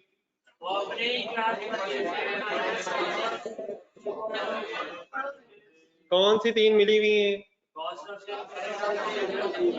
कौन सी आ गई है, कैश परचेज आई है, क्रेडिट परचेज आई है। नो, ये टोटल परचेज आई ना, relax. As a first step ये total purchase, opening stock plus purchase minus cost of sale closing, ये टोटल परचेज है स्टॉक के अंदर। कैश भी होगी, क्रेडिट भी होगी, लेकिन क्वेश्चन में इंफॉर्मेशन ना होने की वजह से क्या ये सारी परचेज क्रेडिट पे होगी या कैश पे होगी, क्रेडिट पे होगी। ये आई कौन सी है, टोटल। क्रेडिट पे क्यों होगी, इंफॉर्मेशन नहीं। देयरफॉर अब परचेजेस का सेकंड इफेक्ट, नीचे ढूंढे क्रेडिटर्स। क्रेडिटर्स किस नाम से दिए हुए, किस लेजर से क्या मिला और मैं किस लेजर में पहुंच गया, और मैं किधर पहुंच गया, उधर क्यों पहुंच गया। ना ना ऐसे कोई नहीं, ना ना नहीं सीरियस है, ठीक है मजाक करूंगा मैं भी, लेकिन क्लास के बाद में करना इकट्ठे होगा। क्या मिला, कहाँ पहुंच गया, क्यों नहीं, मजाक तो है नहीं, गेम मजाक। परचेजेस मिली, ब्रेकअप ना मिला, देयरफॉर क्रेडिट परचेज होगी, और अगर क्रेडिट परचेज होगी तो एंट्री क्या बनी, परचेजेस स्टॉक में डेबिट, पेबल क्रेडिट। पेबल की किस तरफ मैंने लिख दिया, क्रेडिट साइड पे। अब आपका दिल बहुत किया करना है कि मैं बैलेंस करूं फटाफट। बैलेंसिंग कब करनी है, जब उस लेजर की बारी आएगी। हम कौन से लेजर को बैलेंस कर रहे थे, वहीं वापस आ जाए, जब इस गरीब की बारी आएगी हमने इसको भी बैलेंस करके छोड़ना है इंशाल्लाह। क्रेडिटर में है, क्रेडिटर वो कौन सा लेजर है, ट्राई करें ज़हन में सोच के, जब परचेजेस को पेमेंट बना देता है। ये अजीब वर्ड्स है मेरे, कौन सा लेजर है जो परचेजेस पेमेंट बना देता है। क्रेडिटर के लेजर में अगर परचेजेस लिखें, ओपनिंग क्लोजिंग साथ आ जाए, तो वो गरीब बैलेंस होके पेमेंट बना देता है। कौन सा गरीब लेजर है वो, डेटर्स का लेजर आ गया। डेटर्स के लेजर में से डायरेक्ट मेथड अगर है तो आप क्या फाइंड आउट कर रहे हैं, सोचें। सेल फाइंड आउट कर रहे हैं, लेजर देख के बताएं क्या क्या लिख चुके हैं आप, बैलेंस करके देखें, बैलेंस करके देखें। एक कैलकुलेटर पे सब लोग वर्किंग कर रहे हैं, प्लीज इस वक्त बैलेंसिंग फिगर आ रही है जी। ट्रेड डेटर्स में कोई डिफरेंस कितना आ रहा है, ये सबको पता है। वैसे बैलेंसिंग हो कैसे रही है, कैलकुलेटर पे हो रही है, प्लस माइनस हो रहा है। कौन सी साइड पे डिफरेंस आ रहा है, क्रेडिट साइड पे कितना फर्क आ रहा है, डेटर डेबिट हो रहे हैं, डेटर क्रेडिट हो रहे हैं, डेटर क्रेडिट हो रहे हैं। क्या हुआ होगा तो क्रेडिट हो रहे हैं, पेमेंट हुई होगी। से डेटर्स को रहने देने, जिन्हें पैसे हमने देने, चीजें भी हमने देनी है, पैसे भी हमने देने, रहने दे, कोई और तरीका सोचेगा। क्या हुआ होगा, वर्ड सही करें, पेमेंट या रिसीट, डबल एंट्री बोले, cash credit, debtor credit cash debit, सही एंट्री बोले तरतीब से, कैश डेबिट। क्या ये कैश फ्रॉम कस्टमर तो नहीं यार, कैश फ्लो में आए, कैश फ्लो में आए, किस एक्टिविटी में आए, ऑपरेटिंग एक्टिविटी में। कैश रिसीट फ्रॉम कस्टमर लिख तो ली हुई है यार, कौन सी लिख रही थी यार, कौन सी मिल गई है, वो लिख ली है, वो मिल गई है, वो कौन सी लिख ली है और वो कौन सी मिली है। कैश सेल की रिसीट लिख ली थी, डेटर्स की क्रेडिट सेल की रिसीट आपने अल्हम्दुलिल्लाह ढूंढ ली है, प्लस 144034। क्या रिसीट्स कैश फ्लो में आती हैं? टोटल कर दें, कितना हो गया? 253234 रुपीज इन थाउजेंड। कहीं काइंडली एक दफा जरूर लिखना, लिखा हो आप लोगों ने? चलिए सॉरी, मेरा ही रहता है, अलग लिख सकते हैं, लेकिन लिख लें cash cell credit cell, receipt from customer from cash cell from credit sale, presentation अलग कर लें, कुछ नहीं। जी आई होप कि ऑनलाइन स्टूडेंट्स मेरे साथ फुली पार्टिसिपेट कर रहे हैं।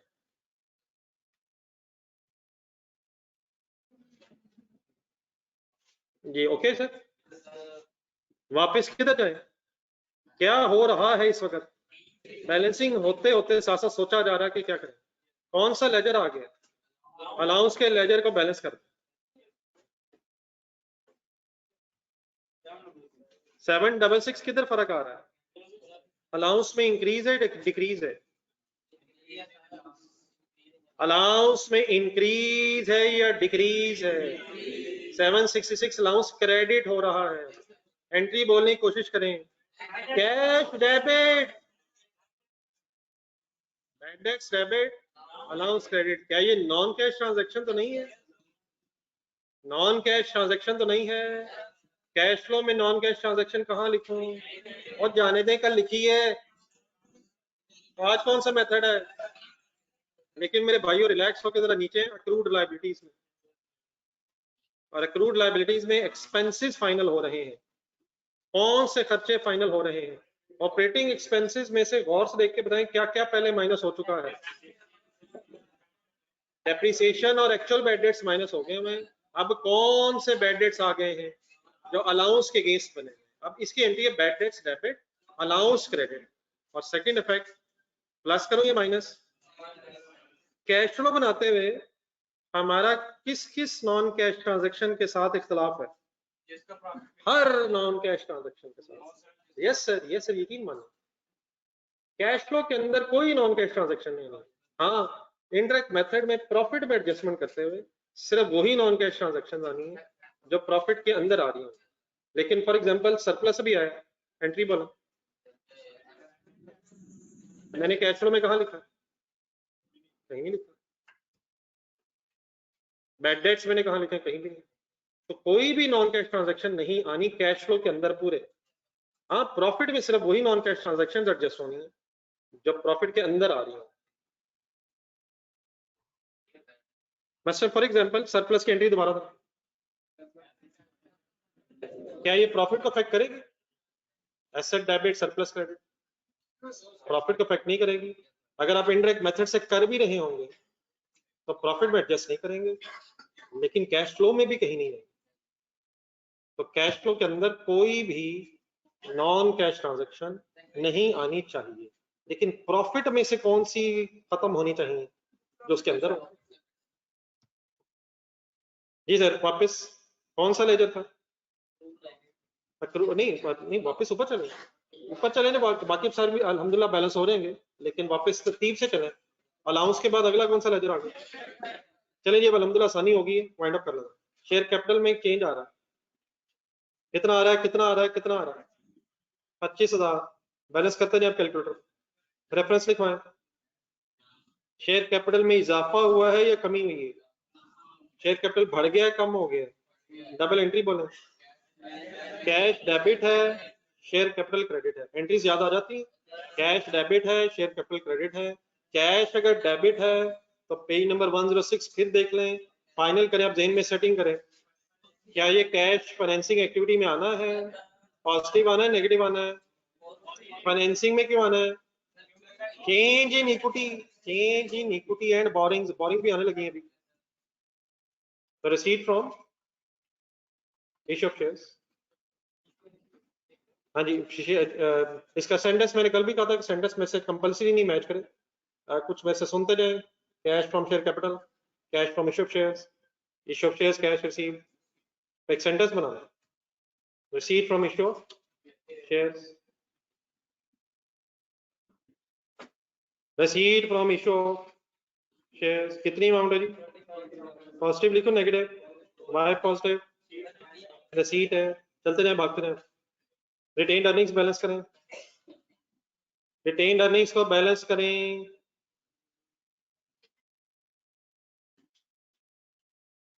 रिटेन्ड अर्निंग्स में कितना डिफरेंस है? डिफरेंस आ नहीं सकता, आने दे, अभी नहीं है, आगे चलें। रिटेन्ड अर्निंग चेक कर दे, इसमें बैलेंस नहीं है जिस वक्त, तो अगर बैलेंस नहीं है तो हमें अब कुछ भी नहीं करना। सरप्लस को चेक करें, चेक कर चुके हैं, बैलेंस कर चुके हैं इसे। डिबेंचर पे बैलेंस करें, हाँ जी, डिबेंचर लॉन्ग टर्म लोन है, बिल्कुल ठीक हो गया है। इस तरफ कितना फर्क आ रहा है? साइडें सही करें सर जी, साइडें सही करें। डेबिट साइड पे 8000 डिबेंचर्स में फर्क आ रहा है। डिबेंचर लायबिलिटी है, बढ़ रही है कम हो रही है? एंट्री बनाएं, डिबेंचर्स डेबिट लायबिलिटी कब कम होगी? जब पेमेंट करेंगे या रिसीट होगी? पूरी एंट्री करें, डिबेंचर डेबिट कैश क्रेडिट। क्या ये कैश ट्रांजैक्शन है? कौन सी एक्टिविटी में जाऊं? देखिए सबने पेज नंबर 106, बोरिंग्स और कैपिटल में इक्विटी में चेंज है अगर कैश से, तो उसे आप फाइनेंसिंग में लिखेंगे। वर्ड्स क्या बन जाएंगे जी, अंग्रेजी बताएं थोड़ी। Repayment of debentures, payment of debentures या रीपेमेंट ऑफ डिबेंचर्स। 8000 पॉजिटिव या नेगेटिव? Y negative? अगर कोई एक पॉजिटिव है तो अगला नेगेटिव ही होना चाहिए। नहीं भाईजान, नहीं भाईजान, नहीं भाईजान, पेमेंट होनी है इसी वजह से नेगेटिव। इसमें सब जानना छोड़ा मेरे को ये। डिबेंचर्स के बाद अगला ले जाए, इजी आ गई। इंटरेस्ट पेएबल को बैलेंस कर,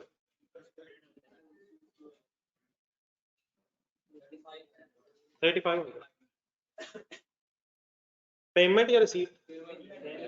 पेमेंट, रिसीट, एंट्री बोले कितना फर्क आया? 3500 आ गए।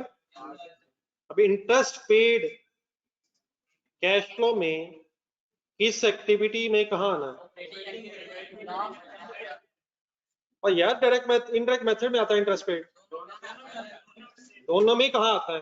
कैश जनरेटेड फ्रॉम ऑपरेशंस के एंड में आता है, लास्ट में टैक्स पेड आएगा, उससे ऊपर इंटरेस्ट पेड आएगा, एंड में 2-3 लाइनें रख लीजिएगा टोटल्स होना है जितनी भी जगह आपने रखी थी, तो एंड से ऊपर छोड़ के 2-3 लाइनें इंटरेस्ट पेड।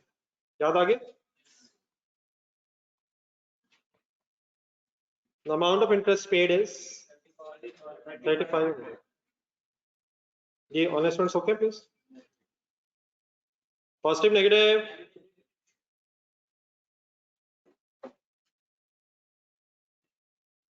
जी जी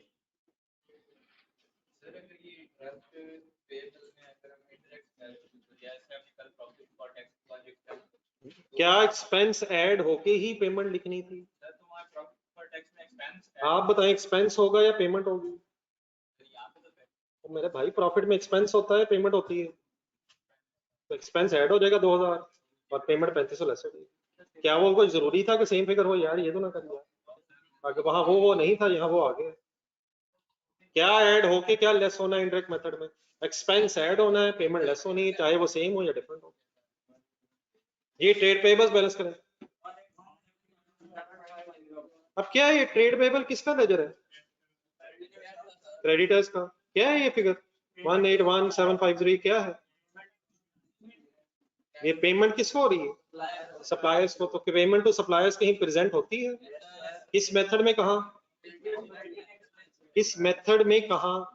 डायरेक्ट मेथड में, ऑपरेटिंग एक्टिविटीज में कहा? After receipt from customers, payment for या पेमेंट टू सप्लायर्स।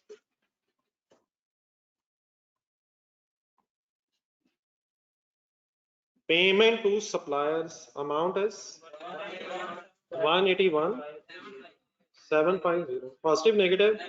वाई नेगेटिव? पेमेंट हो रही है यार।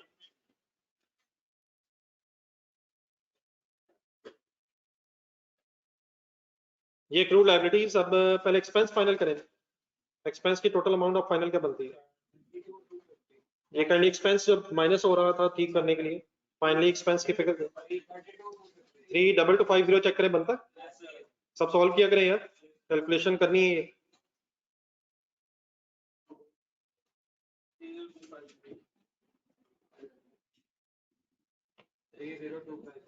बैलेंसिंग फिगर बता। 30250 क्या है ये 30250? एक्रूड एक्सपेंसेस का लेजर है, डेबिट साइड है, ट्राई करें। एक्सपेंसेस है, ये एक्सपेंसेस की पेमेंट है।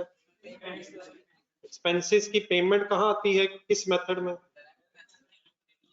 ऑपरेटिंग एक्टिविटीज में आती है, डायरेक्ट मेथड में। तो पेमेंट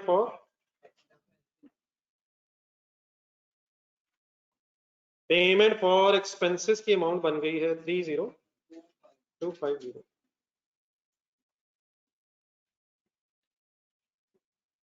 ये इकट्ठे सारे तो साथ साथ ही रहेगा जो मैं कर रहा हूँ।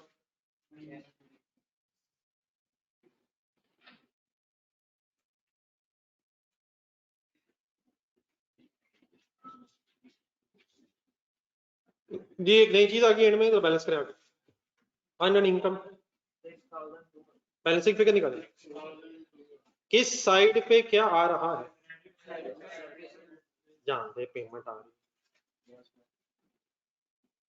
क्रेडिट साइड पे अर्न मेंटेनेंस इनकम में पेमेंट आ गई है।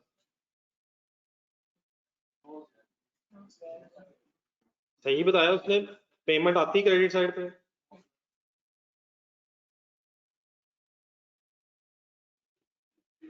किस लेजर में किस साइड पे क्या आ गया है? अर्न मेंटेनेंस इनकम के क्रेडिट साइड पे रिसीट आ गई। इनकम रिसीव होनी है या इनकम पेड होनी है? जाने दे सर, अकाउंटिंग छोड़े। ये रिसीट है पेमेंट है, हमें क्या पता है? हमें क्या पता? ये अर्नड मेंटेनेंस इनकम की लायबिलिटी कब बढ़ती है? जब पैसे आते हैं या इनकम बनती है? बढ़ती कब है, कम कब होती है? एंट्रीज देखें सर जी, एंट्रीज कल वाली एंट्रीज देखी जाए बार बार। कल 2 एंट्रीज लिखी हमने अपने सवाल में, सवाल वाले पेज पे। जब कैश मिले तो क्या होता है? अगर अनहैंड है तो कैश मिलने से लायबिलिटी बढ़ती है, और जब इनकम हो जाए तो लायबिलिटी। तो ये कैश मिला है या दिया है? क्या एंट्री हुई है ये? Cash debit and maintenance income credit, ये रिसीट है या पेमेंट है? किस तरफ क्या लिख के किस तरफ से क्या निकाला है? डेबिट साइड में इनकम लिख के क्रेडिट साइड से रिसीट निकाली है। एंट्री रिपीट करें, क्या है?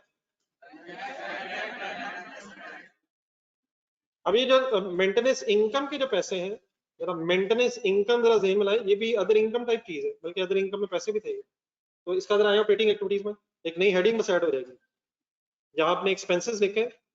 मैंने इस दिन भी आपको कहा था कि अगर एक्सपेंसेस का भी ब्रेकअप मिल जाए तो फर्दर हेडिंग्स आ जाएंगी। तो अगर कोई और इनकम मिल जाए other than receipt, other income भी हो सकती है, अदर इनकम की रिसीट्स हो सकती हैं। तो सबसे पहली लाइन किस चीज की बता रहे हैं? रिसीट फ्रॉम कस्टमर, जो गुड्स के अगेंस्ट पैसे आए। तो अगर गुड्स के अलावा किसी और भी पैसे आ जाए तो उसको सिंपली आपने बस क्या करना है, एक सेंटेंस लिखें एक्सपेंसेस की पेमेंट के बाद, receipt from maintenance income. Means 3 main headings हैं। कौन सी 3 मेन हेडिंग्स हैं? कस्टमर्स, सप्लायर्स और एक्सपेंसेस। और अगर कभी एक्सपेंसेस का ब्रेकअप मिल जाए तो फर्दर हेडिंग्स भी हो सकती हैं। और अगर कभी कोई अदर इनकम की रिसीट आ जाए तो देन वो भी फिर हमारी इन्हीं हेडिंग्स में इकट्ठी हो जाएगी। ठीक है, तो मेन 3 ज़हन में रखें, जरूरत के मुताबिक अकॉर्डिंगली एडजस्टमेंट हो सकती है। आप सिर्फ ये बताएं जो असल चीज है कि यहाँ 8200 लिखूं या 6200? Why not 8200? वो इनकम है, ये रिसीट है, और कैश फ्लो में रिसीट आनी है। पॉजिटिव लिखूं या नेगेटिव लिखूं? पॉजिटिव क्यों लिखूं? पैसे आ रहे हैं। आई होप कि बात क्लियर होगी। तो मेंटेनेंस इनकम से अगर कोई पैसे आ रहे हो तो वो भी किस एक्टिविटी में ही आ जाएंगे? ऑपरेटिंग एक्टिविटी में वहीं आ जाएंगे जहां आप अदरवाइज हेडिंग्स लिखते हैं। चलिए वाइंड अप कर लें, एक फाइनल टेक्स्ट रह गया।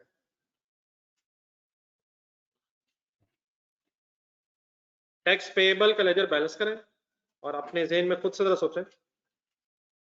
आई होप कि आपने फुली इन्वॉल्व रह के ये क्वेश्चन मुझे करवाया है।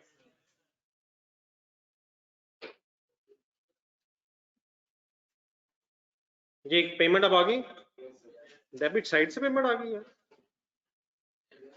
सही है आ गई। जी पेमेंट है जो डेबिट होना शुरू हो गई है। ये टैक्स पेड कहाँ आता है, इंटरेस्ट पेड कहाँ आता है, ऑपरेटिंग एक्टिविटीज कैंड में आता है। कितनी अमाउंट है जी, 13,000। तो क्वेश्चंस होते हैं ये बड़े बड़े, टैकल करने का इसका यही एक तरीका है कि इसको स्टेप्स के साथ स्टेप वाइज वर्किंग की जाए और जो फिगर आती जाए उसको अकॉर्डिंगली लिखा जाए। 3-4 स्टेप्स आज फिर क्या हुए हैं। सबसे पहला काम मैंने क्या किया था, cash and cash equity. Second step, इसको छोड़ के लेजर्स बना दिए, कैश एंड कैश इक्विटी को छोड़ के स्टेटमेंट ऑफ फाइनेंशियल पोजीशन की हेडिंग्स के लेजर बना दिए। डायरेक्ट मेथड अगर होगा तो आपने income statement mean statement of profit loss की तरतीब से चलते जाना है, एडिशनल इंफॉर्मेशन को सामने रखें और अपनी फिगर्स को डिसाइड करता जाना है, कैश फ्लो में आना है, वहां आना है नहीं आना। जब ये सब कुछ हो गया था तो एंड में हमने बैलेंस कर लिया। आए जरा वाइंड अप कर लें, एक क्वेश्चन पढ़ने का टाइम इंशाल्लाह बच गया। अब क्या रह गया वैसे कैश फ्लो में, अब कैश फ्लो में रह क्या गया सर, लेजर बैलेंस हो गए सारे, सर जी लेजर बैलेंस हो गए। अब कैश फ्लो में क्या रह गया, इसके टोटल होने हैं, totals totals totals. Calculator use करें, स्पीड अप रहे। सबसे पहले एक टोटल होगा ऑपरेटिंग एक्टिविटीज में, सोच के बताएं किस जगह पे, किस जगह किस जगह किस जगह किस जगह रेट में मेंटेनेंस कह लें, उसके बाद कह लें, या इंटरेस्ट पेड से पहले कह लें। किस चीज का टोटल हो रहा है, कैश जनरेटेड फ्रॉम ऑपरेशंस। ये सब लोग प्लीज टोटल कर रहे हैं, receipts and payments net of हो रही हैं, ये ऑनलाइन स्टूडेंट्स इन्वॉल्व हैं। 47434 किस जगह टोटल हो गया ये, किस जगह किस से पहले, इन दो से पहले। अब एक टोटल कहां करेंगे आप,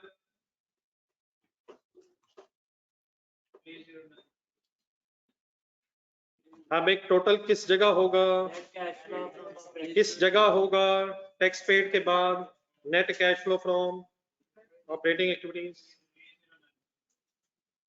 या ना डेप्रिसिएशन आपने ऐड की है, ना बैड डेट्स ऐड किए हैं, ना आपने गेन लेस किया है। क्या मजाक हो रहा है, कल कुछ और हो रहा है, आज कुछ और हो रहा है। क्या जो कल हो रहा है वही आज भी हो रहा है? यस सर, कल जो इनडायरेक्टली हो रहा था आज डायरेक्टली हो रहा है। कल भी कैश फ्लो बन रही थी, आज भी अल्हम्दुलिल्लाह आपने कैश फ्लो बनाई है। कल कैश फ्लो बनाते हुए आपने इनडायरेक्टली रिसीट्स एंड पेमेंट्स बनाई हैं ऑपरेटिंग एक्टिविटीज में, आज आप डायरेक्टली रिसीट एंड पेमेंट बनाई जा रही हैं। इन्वेस्टिंग एक्टिविटी का अलग टोटल कर रहे हैं। स्पीडअप हो जाए, स्पीडअप हो जाए। अब टोटल देख देख के लिखने में लोग जज्बाती हुए हैं।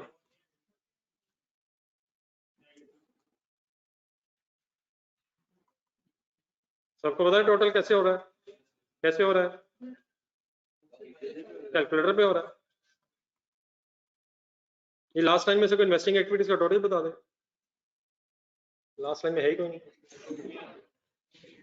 48,000 पॉजिटिव या नेगेटिव, सेकंड लास्ट लाइन में से फाइनेंसिंग का करवा दे, सेकंड लास्ट लाइन डिसाइड करें।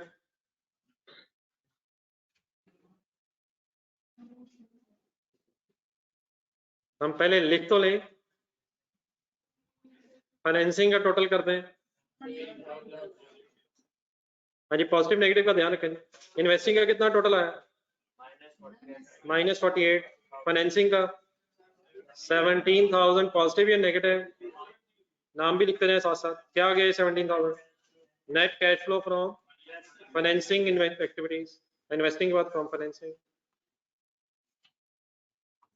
जगह सफिशिएंट रही है जितनी छोड़ी थी आपने, ज्यादा की खैर, बहुत ज्यादा नहीं है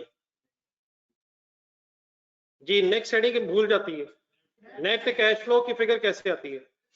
पेज नंबर 106 जल्दी जल्दी भागते जाएं, बस अब याद कर लें। 106 कौन सी 3 मेन हेडिंग्स हैं, ऑपरेटिंग, इन्वेस्टिंग, फाइनेंसिंग। फिर अब नेट करना है, किन किन को आपस में नेट करना बोलना है। 30,934 माइनस 48,000 प्लस 17,000 प्लस माइनस एम रख के वर्किंग करें। नेगेटिव 66 क्या है? Net cash flow, net cash outflow है नेगेटिव 66। अगला स्टेप क्या होता है? कहां से देख के लिखवाना है? वर्किंग्स के स्टार्ट से देख के मुझे अब क्या लिखवाना है?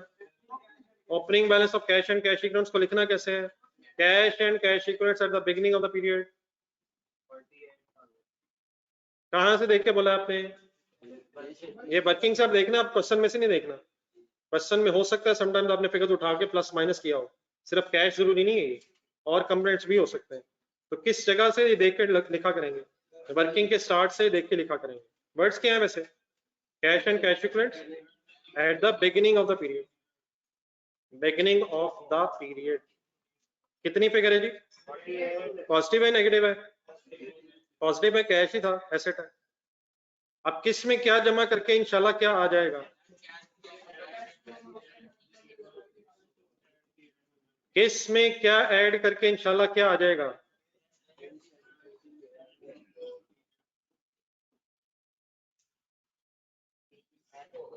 व्हाट इज द अमाउंट जिसमें ऐड होना है?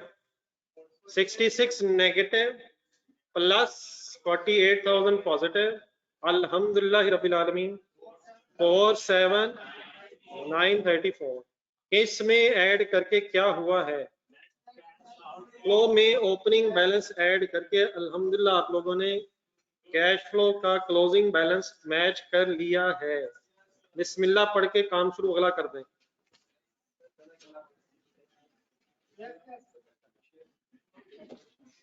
कर ले नोट कर ले।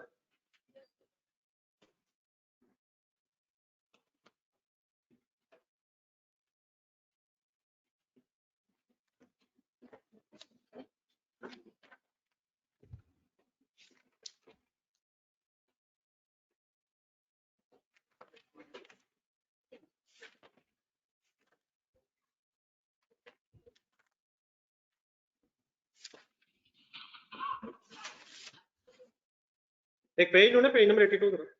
अच्छा ये आज अब कौन सा थर्सडे दिन है? ये अगले 3-4 दिन आप जरा मेरे साथ कैश फ्लो को अपने प्रॉपरली देने, क्योंकि आपने पिछले दिनों में काफी चीजों को और टाइम दे दिया हुआ है। एक टेस्ट में डिस्कस नहीं कर सका, उसे अपने पास ही रखना है, इंशाल्लाह कल टाइम निकालते हैं। कौन सा टेस्ट? इम्पेयरमेंट का टेस्ट का जो सोल्यूशन आपने फाइनल किया उसकी प्रॉब्लम्स इंशाल्लाह कल डिस्कस करते हैं, ठीक है? बाकी जरा कैश फ्लो का टाइम देना, जरा 1 मिनट पेज नंबर 82 निकालो।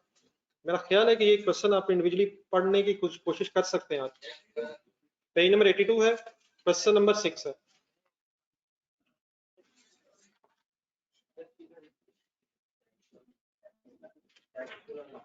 ये हड़प्पा काफी दफा किया आपने, गेम ट्रैक्सला तक पहुंच गए। तो पेज 82 रिक्वायरमेंट होना, prepare TL statement of cash flow for the year ended 30 June 2020 in accordance with IFRS। किस मेथड से ये लिखा नहीं हुआ है? नहीं लिखा नहीं हुआ है। पेज नंबर 111 ढूंढे। कंसंट्रेट मेरा बैग बंद हो गया हुआ है, मैंने नहीं देखना है, मेरी चाहे सारी कैश फ्लो खराब हो जाए, मैं उठने वाला हूं, मैं हवा में हूं, मैं उठ चुका हूं, मेरा बैग बंद हो चुका है, ये कहानी मुक जानी है मेरे भाइयों। नोट 1 ढूंढे जरा, पेज नंबर 111 पर। सेंटेंस गौर से पढ़ने वाला है। Note 1, if only statement of financial position is given in a question of statement of cash flow, question cannot be solved by using। ये पिछला पेज देखिए 110 82 छोड़ने पर, ये 110 आपने क्वेश्चन किया था, किस मेथड से किया था? फर्ज करें इसे डायरेक्ट से करना होता, तो आज आपने डायरेक्ट से किया। एक मिनट, आज अभी आपने डायरेक्ट से किया है। क्या चाहिए अगर डायरेक्ट से किए? प्रॉफिट एंड लॉस चाहिए। सेल मिलेगी तो रिसीट निकलेगी, कॉस्ट ऑफ सेल मिलेगी तो परचेजेस बनेंगी, परचेजेस बनेंगी तो पेमेंट्स बनेंगी। अगर स्टेटमेंट ऑफ फाइनेंशियल पोजीशन है आपके पास क्वेश्चन में, देखें जरा गौर से, क्या नहीं है? अगर प्रॉफिट एंड लॉस नहीं है या प्रॉफिट एंड लॉस का डाटा नहीं है, सेल, कॉस्ट ऑफ सेल नहीं है, तो आप क्वेश्चन को किस मेथड से नहीं कर सकेंगे? पढ़े दोबारा point 1। If only statement of financial position is given, तो किस मेथड से नहीं कर सकेंगे? किस मेथड से नहीं कर सकेंगे? एक सेकंड के लिए पेज नंबर ढूंढे, 112, 113,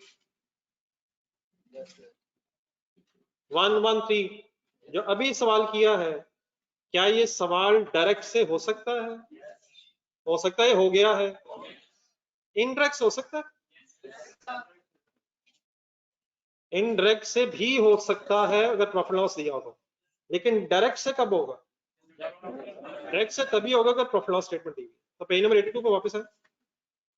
रिक्वायरमेंट में लिखा नहीं हुआ, रिक्वायरमेंट में लिखा नहीं हुआ, लेकिन पिछले पेज पे 82 पे जहां था सवाल, आपके सवाल में प्रॉफिट लॉस का डाटा नहीं मिलेगा। देयरफॉर अगर ना लिखा हो और क्या ना हो, मेथड का नाम बताया हो और प्रॉफिट लॉस नहीं है, तो देन आप किस मेथड से ही करेंगे? इनडायरेक्ट मेथड से करेंगे। अच्छा, अब इसका अभी क्वेश्चन मेरे ख्याल इंडिविजुअली अभी आप नहीं पढ़ सकते। आपने एक काम करना है, ये जो क्वेश्चन आज हमने सॉल्व किया है यूनिवर्सल वाला, ये आपने दोबारा सॉल्व करने की कोशिश करनी है। कैसे? नहीं, इनडायरेक्ट से नहीं, इनडायरेक्ट से इनडायरेक्ट इतना इशू नहीं, इंशाल्लाह वो एक आध दिन में रिजॉल्व हो जाएगा मसला। मेन मसला डायरेक्ट का। ये जिस तरीके से आपने मुझे करवाया, पेजेस छोड़े हैं, कैश एंड कैश इक्विवेलेंट्स लिखे हैं, लेजर्स बनाए हैं, अगर ये काम आज आप इंडिविजुअली कर लेंगे तो गलतियां फिर भी होंगी, लेकिन गलतियों से आप सीख लेंगे, अगले क्वेश्चन में ठीक ठाक हेल्प रहेगी। नया क्वेश्चन अभी मैं नहीं दे रहा, लेकिन ये सेम क्वेश्चन आपने दोबारा प्लीज अटेम्प्ट करना है। अल्लाह हाफिज। अच्छा सॉरी, एक सेकंड जरा, एक दो साहिबान कह रहे थे कि मुझे जरा पिछले टॉपिक्स बता के एक दो दो सवाल बता दें, तो अगर कोई समझता है कि उसके पास कोई टाइम है, sorry to disturb once again, तो कुछ पिछले जो टॉपिक्स हैं खास तौर पे, बल्कि मेरा ख्याल है कि IAS 8 को जरा टाइम दे दें। IAS 8 में 2-3 क्वेश्चंस लिख लें। IAS 8 के 2-3 क्वेश्चंस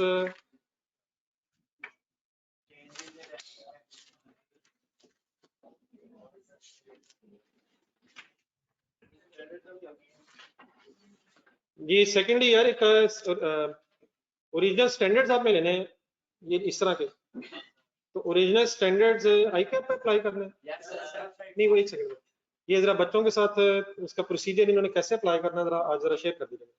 ओरिजिनल अकाउंटिंग स्टैंडर्ड्स लेने की तरफ आपने जाना है, वो ICAP की साइड पे ही ICAP से अप्लाई होने हैं। उन ओरिजिनल स्टैंडर्ड्स की का फायदा ये है कि बहुत सी जो डेफिनेशंस बीच में आती हैं चैप्टर्स में और डिस्क्लोजर्स वगैरह लिखे आते हैं, अगर कोई जैसे IAS 33 में भी 2-3 पेजेस हैं, IAS 40 कल आपने लोगों ने पढ़ा होगा, तो ये जो थ्योरेटिकली लिखा हुआ है ये ओरिजिनल स्टैंडर्ड्स में लिखा हुआ है, तो अगर ओरिजिनल स्टैंडर्ड्स पास हो तो शायद एज इट इज कॉन्सेप्ट तो होना चाहिए, लेकिन पूरा अगर रट्टा ना भी लगाओ तो ये चीजें वहां से मिल सकती हैं अगर जरूरत पड़े तो ठीक है। खर्चे मिनिमाइज होने चाहिए क्योंकि पैसे रेडी के लेने हमने, लेकिन जहाँ जरूरत है वहां खर्चे करने पड़ते हैं। सब लोग अपना अपना मोबाइल निकाल कर अपने राइट हैंड में पकड़ेगा। ये स्टैंडर्ड मेरा ख्याल तकरीबन 3,000 के हैं। जिस भाई का ये मोबाइल 3,000 से सस्ता बिका, ये मुझे दिखाने वाला जो आपने रखा हुआ साथ वाला पकड़ के, इसकी बात नहीं है, मैंने राइट साइड पे कहा था, अपने लेफ्ट साइड से भाई से उठा के अपने राइट साइड पे रखा है, तो उस करीब का दे दें उसे। अगर किसी भाई का 3,000 सस्ता बिका, तो यहाँ काफी सारे ऐसे भी हैं जो 30, 40, 50, 60 हजार के भी बिक जाएंगे, तो इंशाल्लाह उन भाइयों को हम कंपनसेट कर लेंगे। तो सबसे पहला स्टेप ये है कि आपने अपने मोबाइल्स को गौर से देखना है और डैडी से पैसे हरगिज नहीं मांगने। इसको बेच के कोई इससे हल्का वाला मोबाइल भी इस्तेमाल हो सकता है, और डैडी को हरगिज ये नहीं कहना कि हमने स्टैंडर्ड्स लेने देर पर ये 5,000 के आते हैं, तो मेरे तरह की हरकत कभी नहीं आप इंशाल्लाह करेंगे। आपने स्टैंडर्ड जरा लेने, इसका प्रोसीजर जरा ICAP में कैसे जरा आपके साथ शेयर हो जाएगा, जरा कोशिश आपने करनी है कि नेक्स्ट वीक तक अगर ये अवेलेबल हो जाए तो इंशाल्लाह फिर इसमें से कैसे यूज करना है, वैसे टिक वगैरह लगाने होते हैं, तो इंशाल्लाह हम डिस्कस कर लेंगे। पहले वाले चल जाएंगे अगर किसी के पास लेटेस्ट है, लेटेस्ट मीन्स पिछले 1-2 सालों के, तो ये सही सब कल इंशाल्लाह डिस्कस कर लेंगे। IAS 8 के जरा क्वेश्चन नोट करें, ये स्टैंडर्ड्स आप अपने जेहन में रखने, मुझे जरा याद करवा दीजिए कि दफा मैं कल फिर रिमाइंड करवा दूंगा, या आप जरा याद से इनके सारे प्रोसीजर शेयर कर दीजिए। ये IAS 8 के क्वेश्चंस में कह रहा था।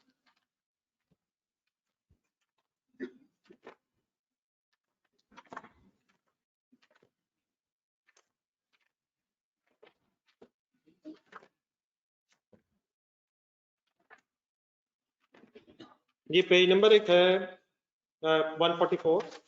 अच्छा, ये क्वेश्चन ना अब आपने काफी दफा पहले भी किए हैं। बेहतर ये रहेगा कि अगर इन क्वेश्चंस को आप बगैर आंसर देख के अटेम्प्ट करने की कोशिश की जाए। एक क्वेश्चन होगा, एक और दो रखते हैं और 144 पे है, एक रख लें 129 पे, question number 3। Question number 3 page 129। अच्छा, एक क्वेश्चन बीच में रहता है मेरा ख्याल है, अब वो करके जरा देखें। पेज 126 पे क्वेश्चन नंबर 5 है। ये क्वेश्चन मैंने उसको इसलिए नहीं करवाया था कि इंपेयरमेंट थी इसमें, तो जरा इसको करना शुरू करें, जरा देखते हैं कहां तक पहुंचता है। पेज नंबर 126 पे क्वेश्चन नंबर 5, आगे बोल दें जरा, दो लिख पाए। 129 पे क्वेश्चन नंबर 3 एंड 144 पे एक ही क्वेश्चन है, क्वेश्चन नंबर 1 एक ही है। तो ये मेरा ख्याल आज करने चाहिए आपको, आज ज्यादा काम नहीं है। वैसे मेन टाइम जरा दें पहले कैश फ्लो को। अच्छा, इन क्वेश्चंस को जरूरी नहीं कि आप दोबारा अटेम्प्ट करें, जो 2 है उन्हें रिवाइज कर लें, और जैन के नाम से एक है क्वेश्चन नंबर 5, उसको जरा अटेम्प्ट करने की कोशिश करें। अल्लाह।